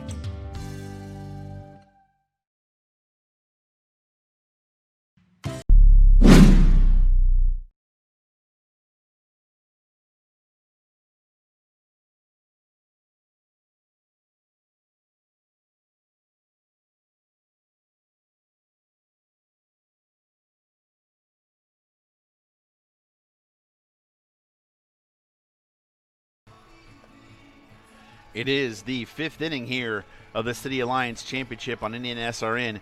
2-3-0 for the Cathedral Fighting Irish, 0-3-1 for the Covenant Christian Warriors as they set to hit here in the 5th. Schofield back to the mound for his 5th inning of work. And there is action in the Cathedral bullpen. You have got 8, 9, and 1 coming to the plate for Covenant Christian, Coleman, Wilson, and Pugh. And right now, more than anything, Steve, they need base runners. And we see the grounds crew going to work out there on the infield. This crew for the Indianapolis Indians, terrific. Of course, a lot of these guys come from Purdue University, agronomy type majors, but I don't think there's anybody better here in the city as far as the Indians. And, fun fact, a part-time member happens to be coaching down in the third base box. Exactly. That would be the Covenant Christian head coach, Andy Gossel. Yeah. And that's why Covenant Christian probably has one of the best fields, if not the best, in the city of Indianapolis. I see the Perry Meridian Falcons baseball team arriving here. Had a conversation with their coach earlier today about exactly when might they arrive. And he said, we won't come, too early. We'll know exactly what's going on. So team is starting to arrive for the championship game. Perry Meridian up against Lawrence North. We'll have that game 30 minutes after the end of this one right here on Indiana SRN. Top of the 5th and set into right field, but in is Bo Sanders to make the out in the first pitch on, Alex Coleman. It'll be 1 pitch, 1 out, and that'll bring up Nick Wilson. He was hit by a pitch in his lone at bat tonight. Yep. 6:47 on the clock. We are an hour and 17 minutes in. That's not bad. Of course, for those of you that don't know, only 7 innings in high school baseball. Wilson bunts. Nice bunt. Schofield off the mound. Can he make the play? Throws to first. Got him. What a play. Close play. That fastball helped him there, Steve. Man, he was able to field it, turn, and make a very strong throw to first base for the second out of the inning. Wow. And, Dennis Schinderly is not arguing over there, so he knows it was a good play. Wilson just needed another 1/8 of a step, and he had to beat that out. Notice Derek Haslett for the Irish continuing to warm in the Cathedral bullpen right now. See how much longer that Peyton can go here. Schofield, ball outside to Darian Pugh. He has struck out and singled. He had a flare into center field back in the 3rd. Takes that one for a strike. And the outs are dwindling if you're Covenant Christian. 3 hits each, Sean, for these two teams. Off-speed pitch outside. You've got one last shot with your big guns for Covenant Christian. You got to make it count. And just like that, it's 3-1 on Pugh. What the Warriors have failed to do here tonight as far as getting a leadoff batter on in each of the previous 4 innings, the first man up has been an out. He takes a strike as he tried to coerce a walk there, started to head down to first. Full count now here, payoff pitch for Schofield with 2 outs in the top of the 5th. Again, this is Covenant Christian's first appearance in the City Championship final. Or the championship is the final, City Alliance Championship. Pugh walks his second time on base, and that'll bring up Jake Brackett. And Jake Brackett, has had a rough night at the dish as he struck out twice. Second walk given up by Schofield tonight. He has hit a batter, but the Warriors have a runner aboard now, but 2 outs. Let's see what Brackett can do. Big gap out there in left center field. Right back up the gut. Almost a diving play there by Gallagher, but that'll be a single. 2 runners on, but 2 outs now for Cam Collins. Now, I like that piece of hitting there, especially going after the first pitch after the base on balls was given, and now the Warriors have something going and a runner in position to score. Cam Collins comes up again in a big position with a chance for a 2-out knock. He grounded out pitcher to first in the third.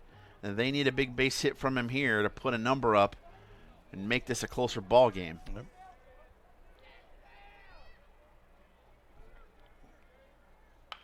Ripped at the first pitch down the third base line, but foul. 0-1 now the count. Brennan Moran standing in the on-deck circle will be next. And it's interesting, they're playing, the left fielder's playing him to pull a little bit, but the center fielder's playing him straight up. So he's got some space out there as he swings and misses. And it's 0-2 quickly. Got to guard the plate here. Yeah, you got to spread that stance out, choke up a little bit, and just protect. Oh, boy. He hit the mitt, but it was a little bit too outside. Did you hear the pop on that? Yes. Nothing more you can ask of your pitcher than to hit the mitt. Breaking Off-speed pitch, yep, upstairs. Well, here's the perfect place to hit with triple deuces on the board right now. That is true. Give him See what we got here. He fought it off as an inside fastball, but nice job there by Collins to fight it off and to stay alive at the plate. Brennan Moran on deck. That thing was hit way down on the handle there, Sean. He's probably feeling that one. He'd feel a lot better if he could put one in the gap somewhere. Oh. Up and in, full count. Runners will be off, so one that even remotely gets close to the gap is going to tie this baseball game up. Now you got to just wonder because Hazlitt is really heating up down the Irish bullpen, and this is about the third or fourth time he's gone full.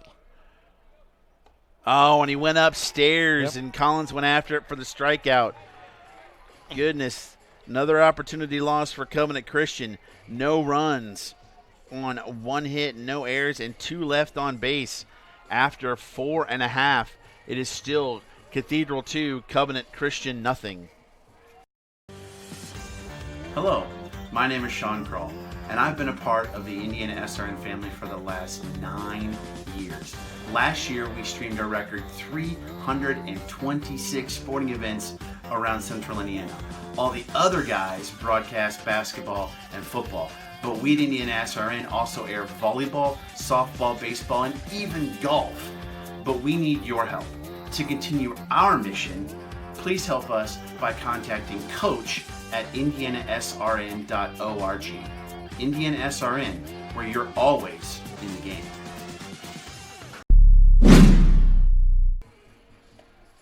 We are back at beautiful Victory Field. As you can see, somewhat of the skyline of downtown Indianapolis. It is the City Alliance Championship right here on Indiana SRN. At 4.5 innings to play, it's 2-0 Cathedral over Covenant Christian in the first of 2 tonight. The second one is the county championship, Marion County Championship, where Lawrence North takes on Perry Meridian. Steve and I will swap desks and headsets for that one, but really good game so far in this first one, Steve. Sean, when I was coming downtown tonight, and of course, right there in front of us is the J.W. Marriott standing tall, and they have the new logo up there, which I took a picture of tonight with the other side, and guess what it says? Home of the Indy 500. Yes. How about that? I saw that one, too, as I came off of I-70. They take full advantage of that. There's a lot of space on that building. Yeah, we've seen the Super Bowl up there. We've seen the NCAA basketball Final Four up there. And, wow, that's a beautiful building, isn't it? It is. Kyle Kortner at the plate. He's 1 for 2 on the evening. He singled in his first at-bat. Buckley still on the mound here in the bottom of the 5th. The other thing that I love about this ballpark at Victory Field is the great hitting background in center field with those big pines. It is fantastic. One of the best ballparks in all of America. And they used to have, Sean, at the old Victory Field out on 16th, a similar setup that was out into deep center field, which was about 454. That was a much bigger park. When I moved here, it was called Busch Stadium as their swinging strike there. Yeah. What movie did they film some scenes there from? Do you remember? 8 Men Out. 8 Men Out. I thought there were, well, was there two? Did they not film any of A League of Their Own out there? I'm not sure about A League of Their Own because 8 Men Out, I was out there as an extra. Ooh, fouled off the left side. Well, I'll have to watch it again and pause it, see if I can see. And Bet you didn't know that, did you? I did not, no. They gave us overcoats and suits and ties, and we sat in the stands when it was really, really cold, too. Were you an extra in Hoosiers as well? Not in Hoosiers, no. No. Ooh, tried to paint. Didn't get the call, and that runs the count full. I still want to get to the Field of Dreams. I haven't been able to get in there. Dyerville, Iowa? Yeah. I got to get over there. I'm with you on that one. Full count now. Oh, That's boy. ripped, but right at. Ooh, Coleman came in and then thought better of it, went back for the first out of the inning. Well, you know somewhere I have not been? Where's that? The Baseball Hall of Fame.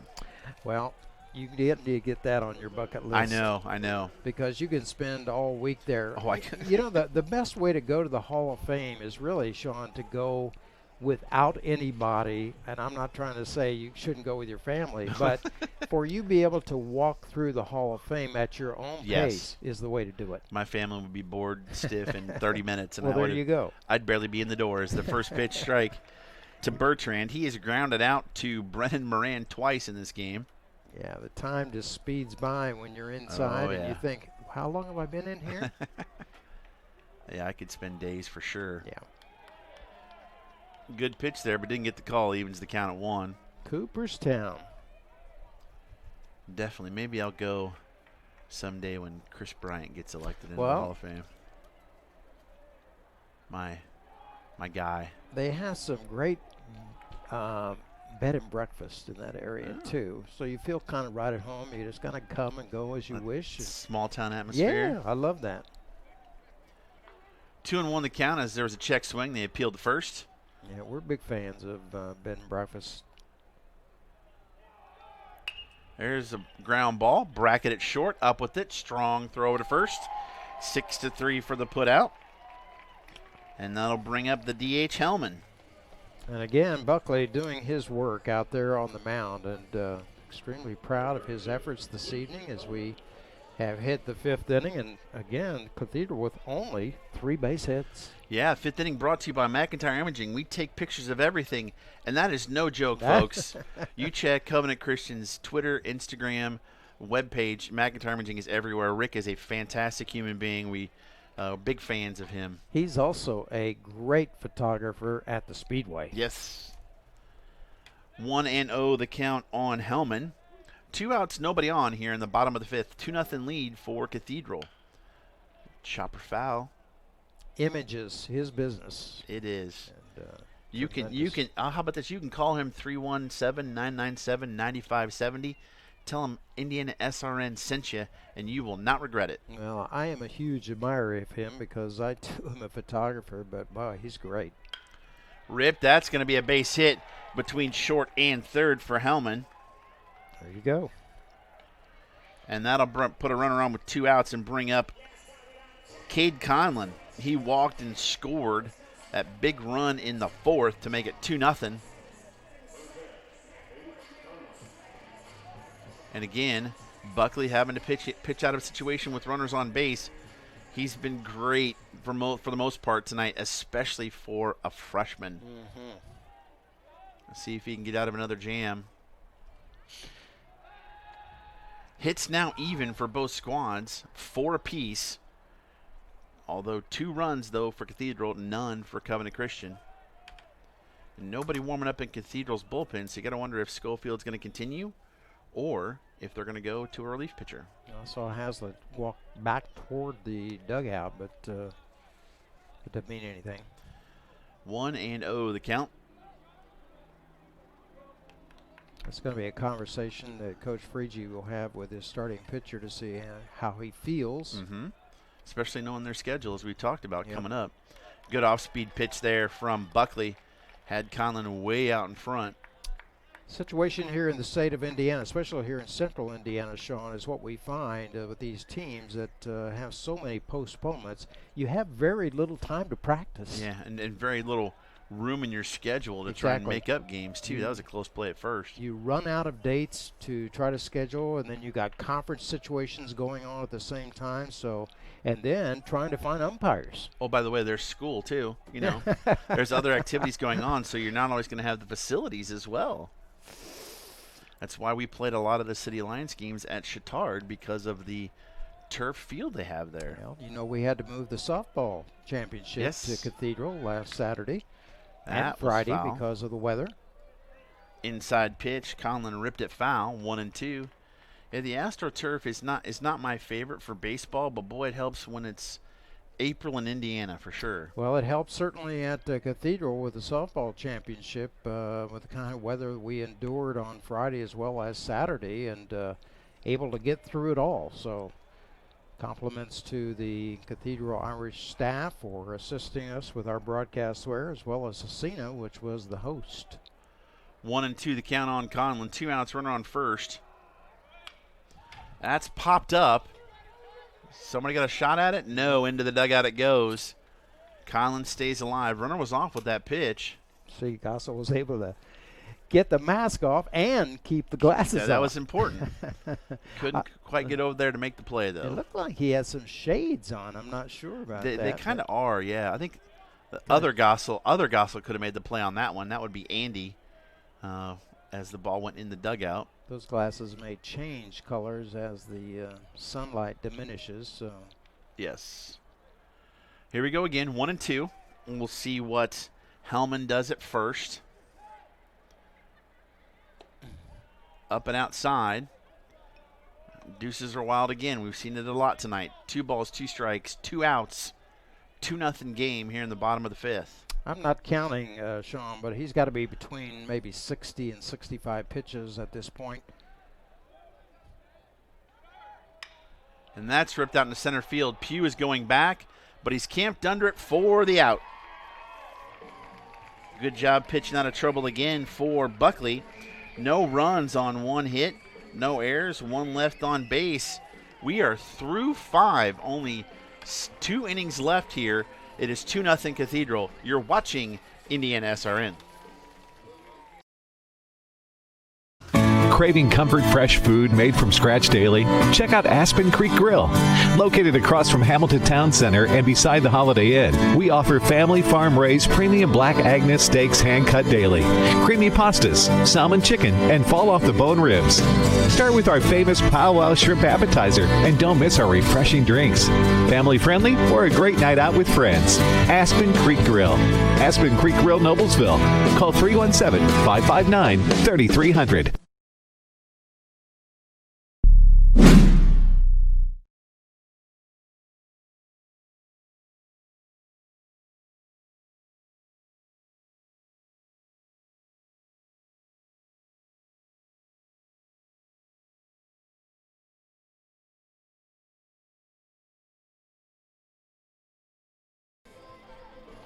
We are back here live at Victory Field. It is the City Alliance Championship.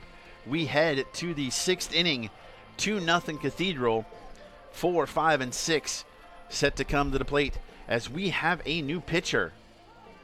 It is number 12, Derek Hazlitt, in relief of Peyton Schofield.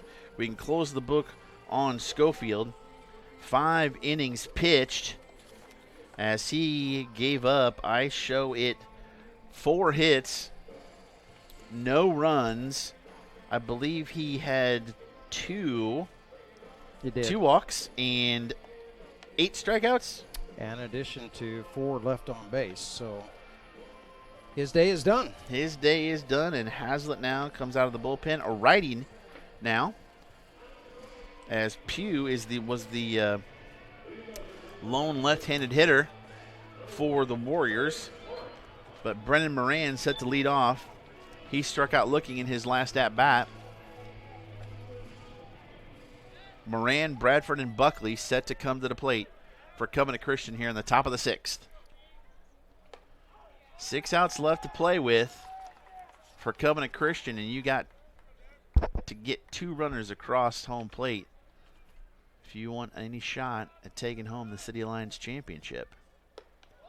And they just can't lay off those high strikes, Now, Steve. Hazlitt has good velocity, and coming into this inning, way ahead in the count, 1-1 now. That high cheese always looks really good.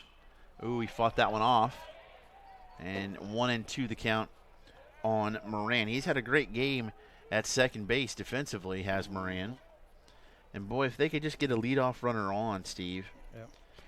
Have not done that all night long. They've had 2 opportunities, Sean, back in the 3rd inning with 2 left on base, and then 2 left on base in the 5th. So you got to capitalize here. Get a runner on and make him move. You do.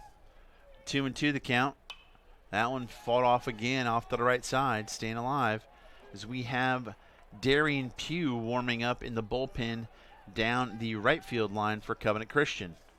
Think we're going to get a change, maybe? He warmed up against Chittard in the semifinal, but they decided to stick with Buckley, and Hensley warmed up a little bit too, but good breaking ball. Nice take there. That's a tough pitch to take if you're Moran. He did, and the count's now full. You said you need base runners. Chopped one to Bertrand at second. Up with it to first, and that's the first out of the inning. That'll bring up Blaine Bradford. Well, it's not like, Sean, it's not like they're getting contact on the ball.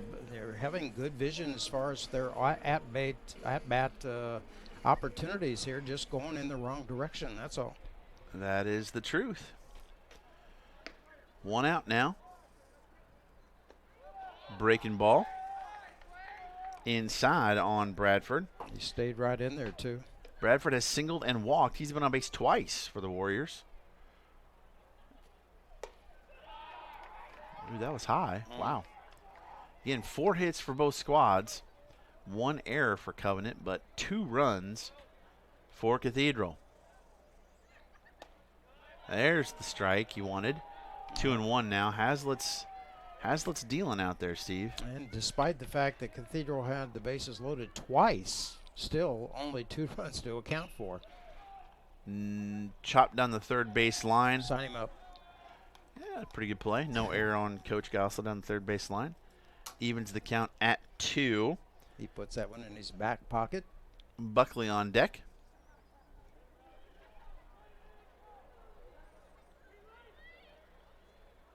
Oh boy. Caught him looking. Hard fastball over the top of the count there and right down Meridian. That'll bring up Buckley. He struck out in the second and singled in the fourth, but was forced out on a great double play. He can help himself by getting on base here. Hensley is on deck. Fouled off the first pitch. And Pugh has kind of interrupted his warm-ups. It looked like he's finished as far as his work down there is concerned, but not sure what he's going to be doing as far as a change. He'll come back toward the dugout. And out to the mound is Conlon to talk with Hazlitt. Yeah, but 2 down here quickly for the Warriors. 0-1 the count on Buckley. We will see what he can do here with 2 outs. He'll take a strike, and now he's down 0-2. Yep, Hazlitt's finding the zone, isn't he? Yes, he is. Looks very strong in the relief effort here. Oh, boy. Boy, fought that off. Barely got a contact there. Sometimes you have to do that on that outside pitch. Just roll over on it and hope it goes foul to stay alive. Luckily, it did. And he's going to see at least one more pitch in this sequence. Oh. Ripped up the middle again. 2 base knocks in a row right back up the box for Buckley. I mean, he really got a contact on the ball there, and it was past half in a hurry, wasn't it? It was. Courtesy runner would be Trey Replogle again, as Jack Hensley comes up to the plate. The DH. And they could use a big knock from him. Andy Gossel coming down halfway between the third base box to have a little conversation with his hitter. Steps in, ready to go. Throw over to first. So here's where we're at. 2 outs, runner on first. Down 2 is Covenant here in the top of the 6th. They've only got 4 outs left, but have played a tremendous ball game against Cathedral. That's fouled out of play, back kind of towards us. Closer to Riley. And you know, Sean, in this city championship game, the kind of skill level that we have seen here tonight, not only pitching but at the plate, just fundamentally very sound. Very, very sound, yes. These are 2 well-coached teams. And we'll see 2 more in the nightcap as Lawrence North takes on Perry Meridian in the Marion County Championship. But first to be decided, the City Alliance Championship, and it's 2-0. Top of the 6th, 2 outs, runner on first. Sean, this is like Christmas for us. Oh. 2 ball games in one night. It's unbelievable. Down in the dirt, and at the second goes Trey Replogle. Yep. Runner in scoring position now. Nice job. Good piece of base running there, and he would have had it stolen anyway, even though the ball got away from the catcher momentarily. But he is in good shape there at second. We will call that a wild pitch. So now a chance to get a run home with a base knock if you're Hensley. Oh, got the outside corner. It's 1-2. There was no doubt that he was attempting to steal there and had a good jump on it. Trey Replogle is a freshman.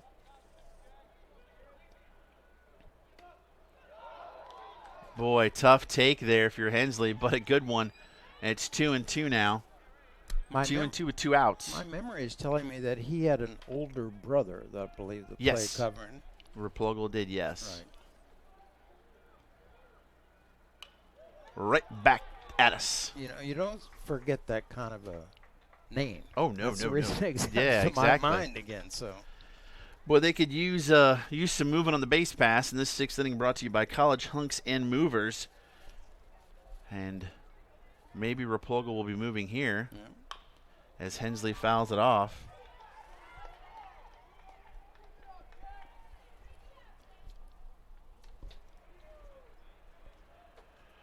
Staying alive, 2-2 the count. Staying alive, staying alive. And there it is. Staying alive. We will see what happens on this one as Hensley pulls it foul again. Good at bat for Hensley to keep fighting off pitches. Man, he is really getting a good bat going here, so chopping down on that thing.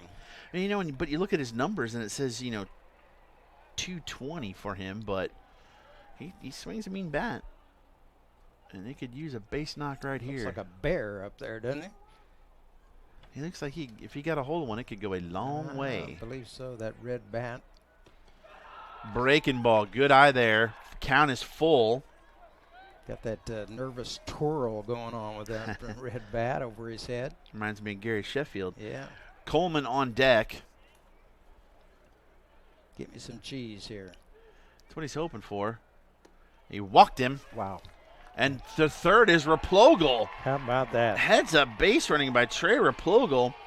Runners at first and third now with 2 outs, and Alex Coleman to the plate. And Sean Craig Conlon, the catcher for Cathedral, really missed that one because he was already there when he looked up, and now runners at first and third. We're going to get a courtesy runner for Hensley. Yep. That will be Jacob Gossel. Keep it in the family. Yep. So now you'll have runners at first and third with 2 outs, and you need a big at bat here from Alex Coleman. He's grounded out to third and flown out to right field. And you need one to find the outfield grass here if you are Alex Coleman. So runners now in scoring position 2 on each of the 4th, 5th, and 6th inning. Got to make it happen here for the Warriors. And you got to convert at some point. 5 hits now for Covenant Christian, 4 for Cathedral, but they got 2 to cross the plate, and that's why they're up 2-0. Big spot here for Covenant. Takes strike 1, does Coleman. Cathedral pretty much straight away in the outfield. A little bit shading to the line in left. There's a decent-sized gap in left center, but got to get it out there if you want to make it count. As Gossel goes to first, Jacob is the younger one. He's the freshman. Ty's the sophomore. That's hard to believe. First started there, they were babies.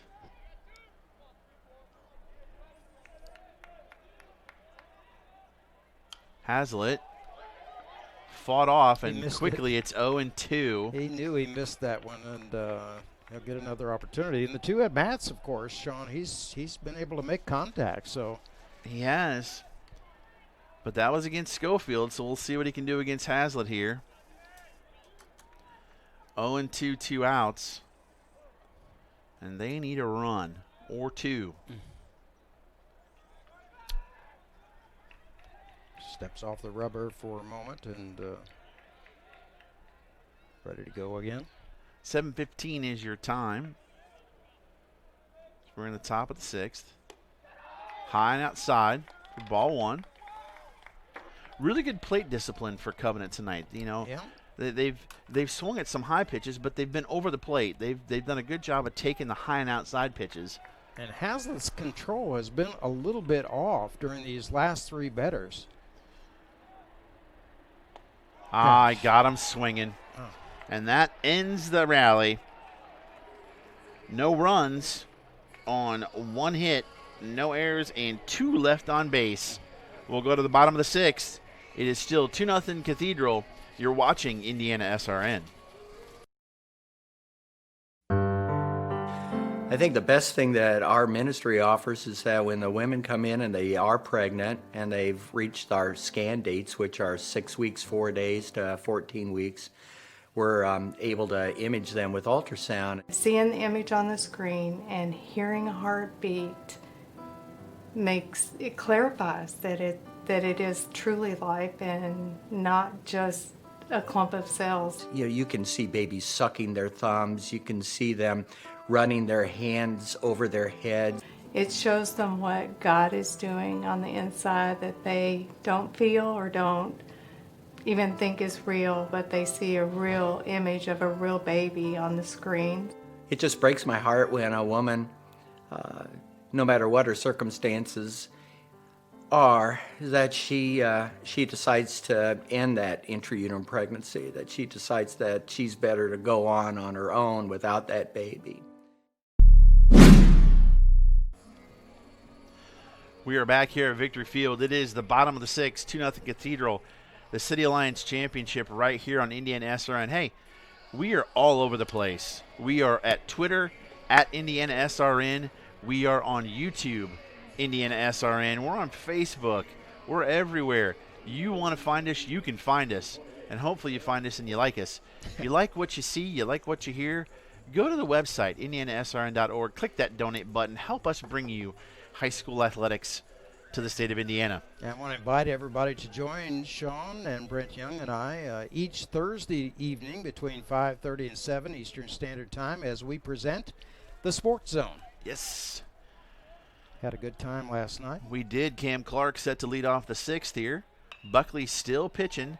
That's ripped right into almost into Perry Meridian's section over there as they are waiting to play game number 2.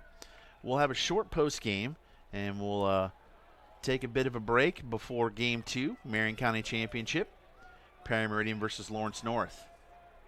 So stick with us. Our thanks also go out to Giacomo Pizza. Yes. Out at Fort Bend. They're in Lawrence and providing us with a great hospitality and being a great host as well. So thank you. We had some good pizza last night, too. We certainly did.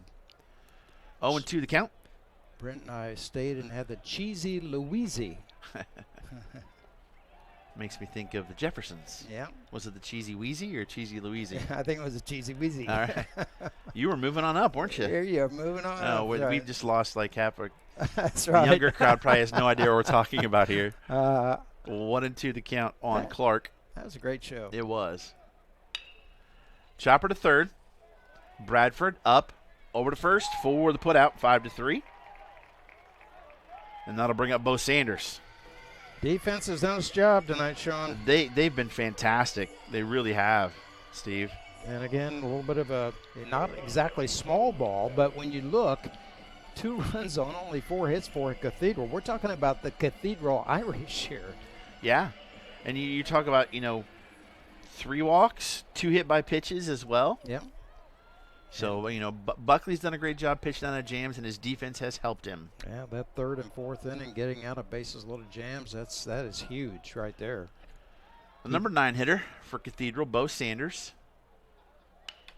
That's ripped into left field. Wilson camping under it and has it for the out. 2 up, 2 down, and that'll bring it back to the top of the order. And Chris Gallagher. Gallagher's walked his last 2 times up. Wilson played that nice in left field, moving over to his right and camping under it for the second out of the inning. Looking ahead to the bottom or to the top of the 7th, you have got Nick Wilson, the number 9 slot, then Darian Pugh and Jake Brackett set to come to the plate. We'll see if Wilson hits or if they'll do a pinch hitter, but at least you get back to the top of the order. Yep. Right now, though, we got 4 outfielders again on Gallagher. He feigns a bunt, F-E-I-G-N. I like that word. Thank you. Not fakes, feigns. No, yeah. I even know how to spell it, too. Yeah. That's even, Want to know the count, though, as that pitch was outside. Any of your students ever feign sickness? When they have work due, yes, they do sometimes.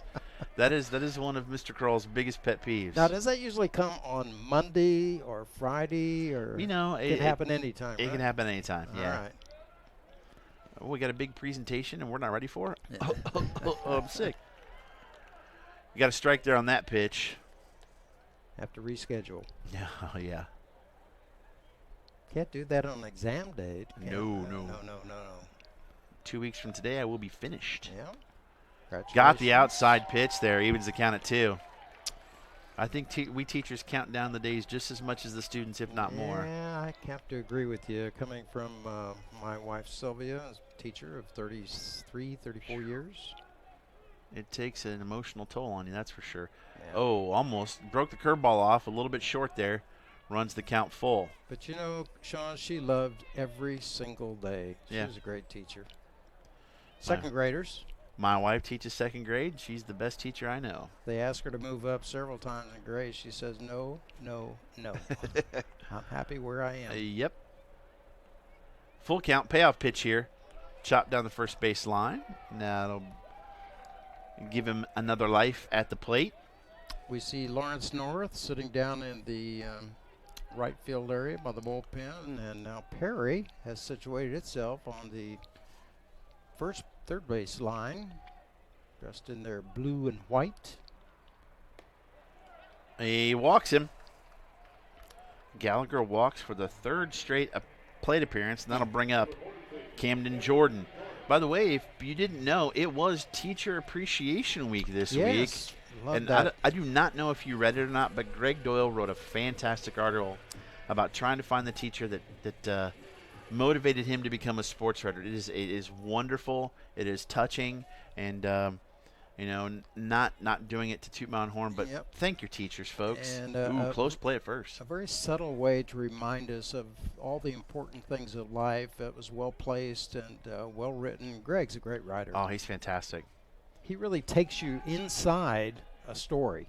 He does. And well, I mean, you even go back to the Indiana Sports Award. The first Tyler Trent Award went to Razel Joyner of Evansville Central, who Greg wrote about. We kind of found out about him. Homeless young man. Ooh, another close play at first. This kid was playing high school football as a homeless young man, overcame it, and he is going to college to play football. Beautiful story. How amazing is that? Very, very proud moment. Yes.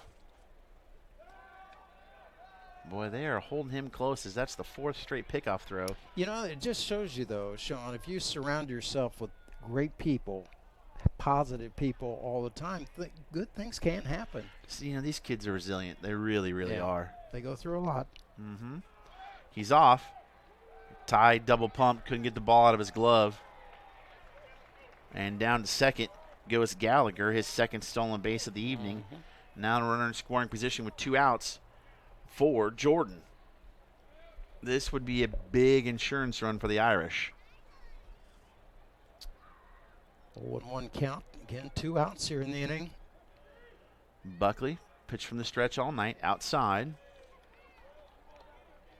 His velocity has still remained the same, Sean, from inning number 1 to now. He's pitched a great game. I'm jealous. He's got a rubber arm out there, that's for sure. As you look at some of these pitch counts these college kids throw up there as he goes towards second place, and so composed for a freshman. That's exactly the word to be using here, composure. We've seen kids come here as juniors and seniors and get on the stage and just, it's been a rough go for him, but as a freshman, he's been fantastic. Fouled back as Gallagher tried to get a head start on his way to third base. 1-2 the count now on Jordan. And you pointed out the fact that how well he pitched against Chittard in that game. But coming here to Victory Field on this side of a stage, I mean, this is huge for him, but he has shown the mettle. If he can get this out, he will have given up 4 runs total to Chittard and Cathedral combined. That is impressive, nonetheless, for a freshman. And again, he's just not comfortable with that base runner at second base and takes the time to step off the rebel, gather himself in, and go back at it. If you're not ready, step off the mound. Yeah, you're in charge out there. Taking off for third again. Little nubber. Buckley will take it himself to first. 1 unassisted on the ground out, and that will end the threat. This is it, folks. We head to the top of the 7th. Covenant's got 3 bullets left. They're down 2 runs. We'll be back for the 7th inning. You're watching Indiana SRN. There's no greater anti-poverty measure than to give a person a job. That helps them start to change that trajectory. Morales Group is a full-service staffing company that provides temporary labor in the Indianapolis, Central Indiana market. It was a challenge that was given by my father. He wanted me to give back much more than I had been. Then I realized that when he said more, he wanted me to see how I could give more. And it wasn't just in money, but in time and in services. And that's how the Morales Group was created. I started off at Morales Group as an intern. I interned for 3 years before going on full-time staff here. What I love most about Morales Group is that big family aspect. I come from a big family in Mexico, and since the company is continuously growing, I feel like there's always a new member of the family that I get to know. We're willing to give. We're willing to serve others, and we're not expecting something in return. Come talk to us. We would love to work with you.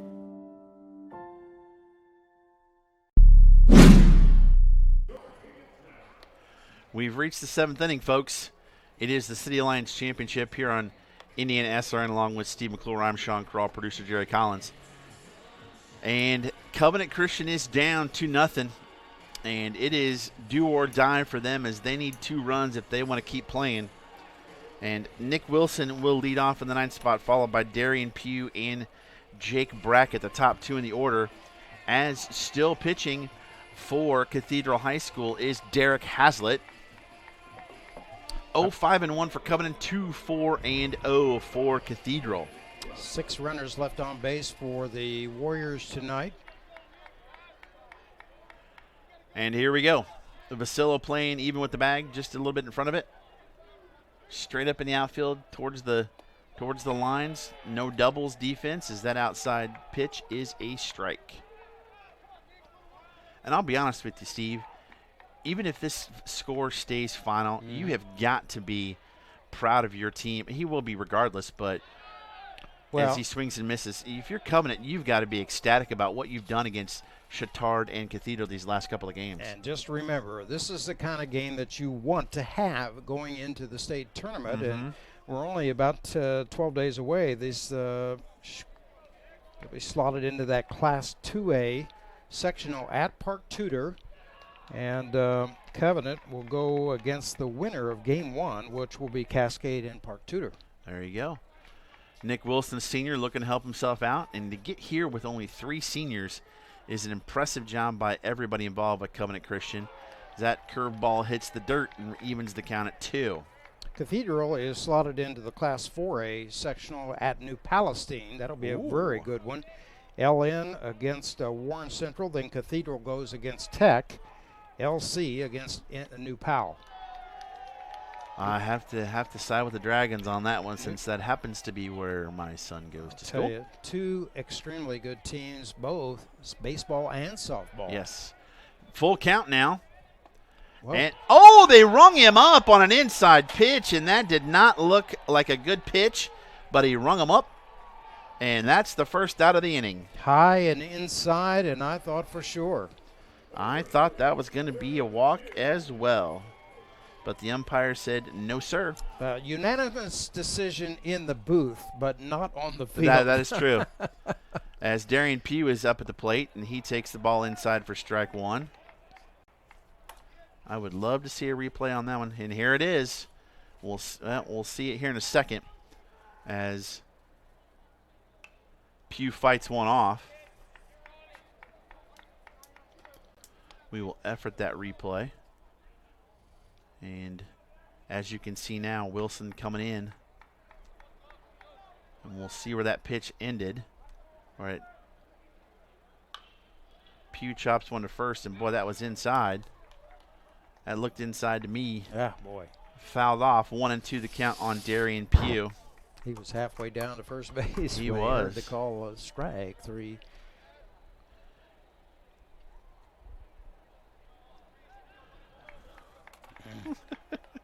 Got a couple of former umpires up here that may side with us on that one. 2-2 the count now. Thanks to our executive producer tonight, Jerry Collins, for being on top of things. We'll ask him what his opinion was. That's served out into left center, but over is Camden Jordan, and they're down to their last out. And it's up to Jake Brackett, one of the 3 seniors on this squad, to keep it alive for another senior, Cam Collins.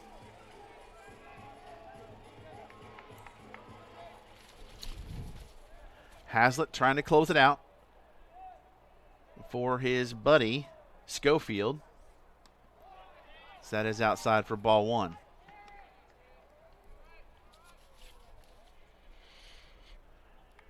Brackett, the shortstops, had a great game defensively.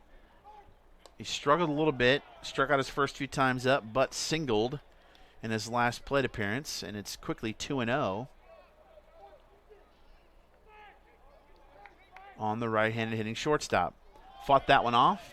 May have been a little inside there, but 2-1 the count now. Just a reminder to our viewers, coming up next, at about 30 minutes following today's conclusion, will be the Marion County Boys Baseball Championship between Lawrence and Perry Meridian. They're the Falcons, I remember that. Base knock up the middle. They're not done yet, Sean. They are not done yet. 2 straight base knocks up the middle for Brackett. That'll bring up Cam Collins. And boy, he could use a hit. He is 0 for 3. One of the other seniors, the 3 seniors, have all had a chance at the plate this last inning. And you're going to go down swinging, so here we go. How about let's go long ball? Hey, why not? Brennan Moran on deck. Haven't seen many high schoolers take one out here in this yard. Oh, no. No, called him safe because he tagged in between. Look at the infielders.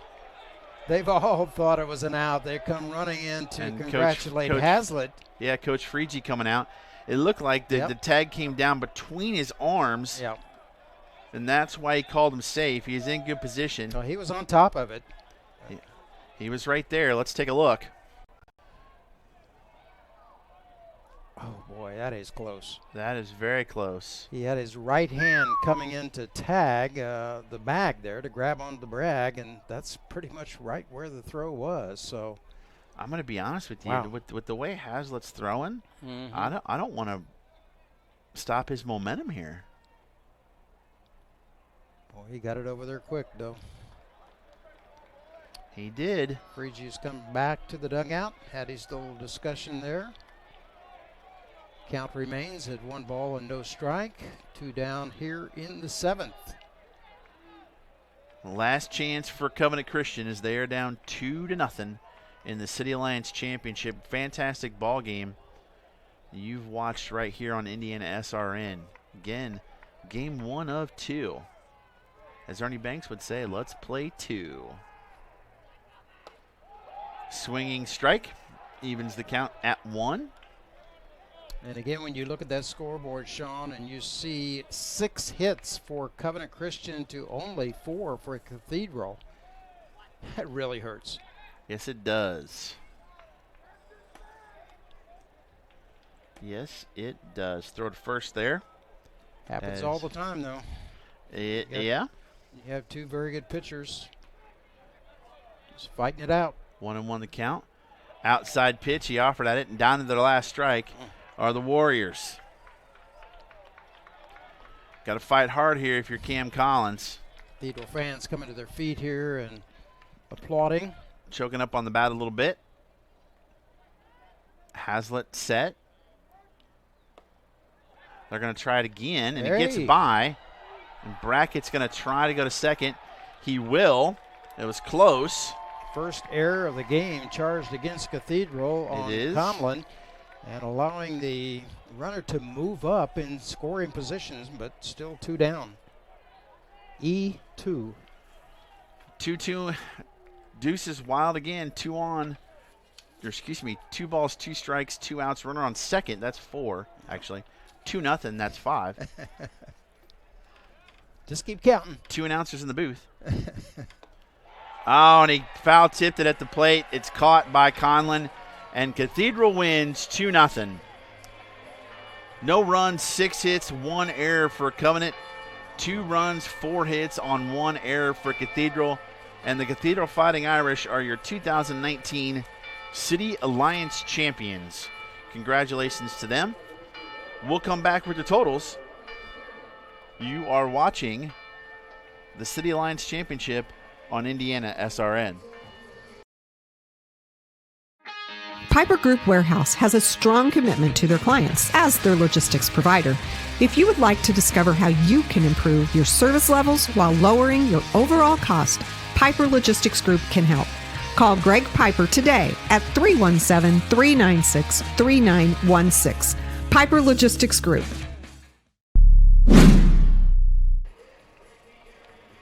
Hazlitt does not get the save, does he? No save.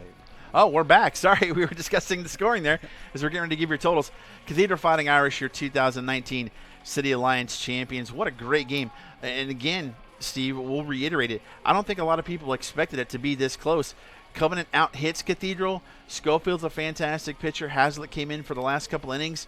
Buckley was fantastic, pitched out of a lot of jams. They just couldn't scratch any runs across, but a great job by Covenant Christian. But once again, the powerhouse, 2-0 Cathedral. Yeah, the preparation going into this kind of a championship game, hats off to Coach Andy Gossel for the job that he has done with this Warriors team, and losing to Cathedral by only the score of 2-0. And, the line on Covenant Christian tonight, no runs on 6 hits and no errors. And for Cathedral, they had 6 left on base as well. So for Cathedral, 2 runs on 4 hits and 1 error, and they had 10 left on base. They had a lot of guys left on base. Again, great job by the freshman Brock Buckley.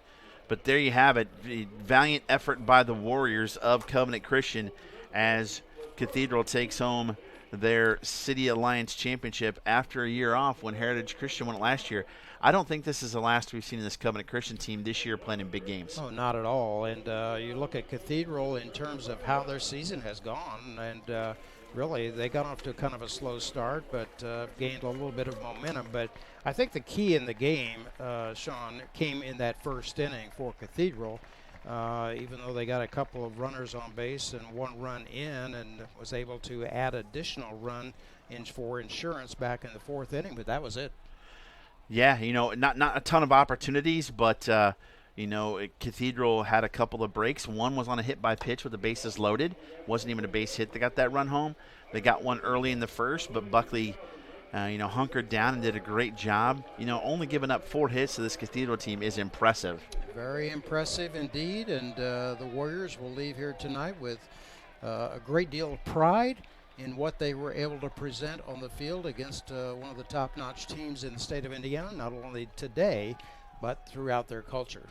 That is the truth. And once again, your final here, Cathedral 2, Covenant Christian nothing. Stay tuned.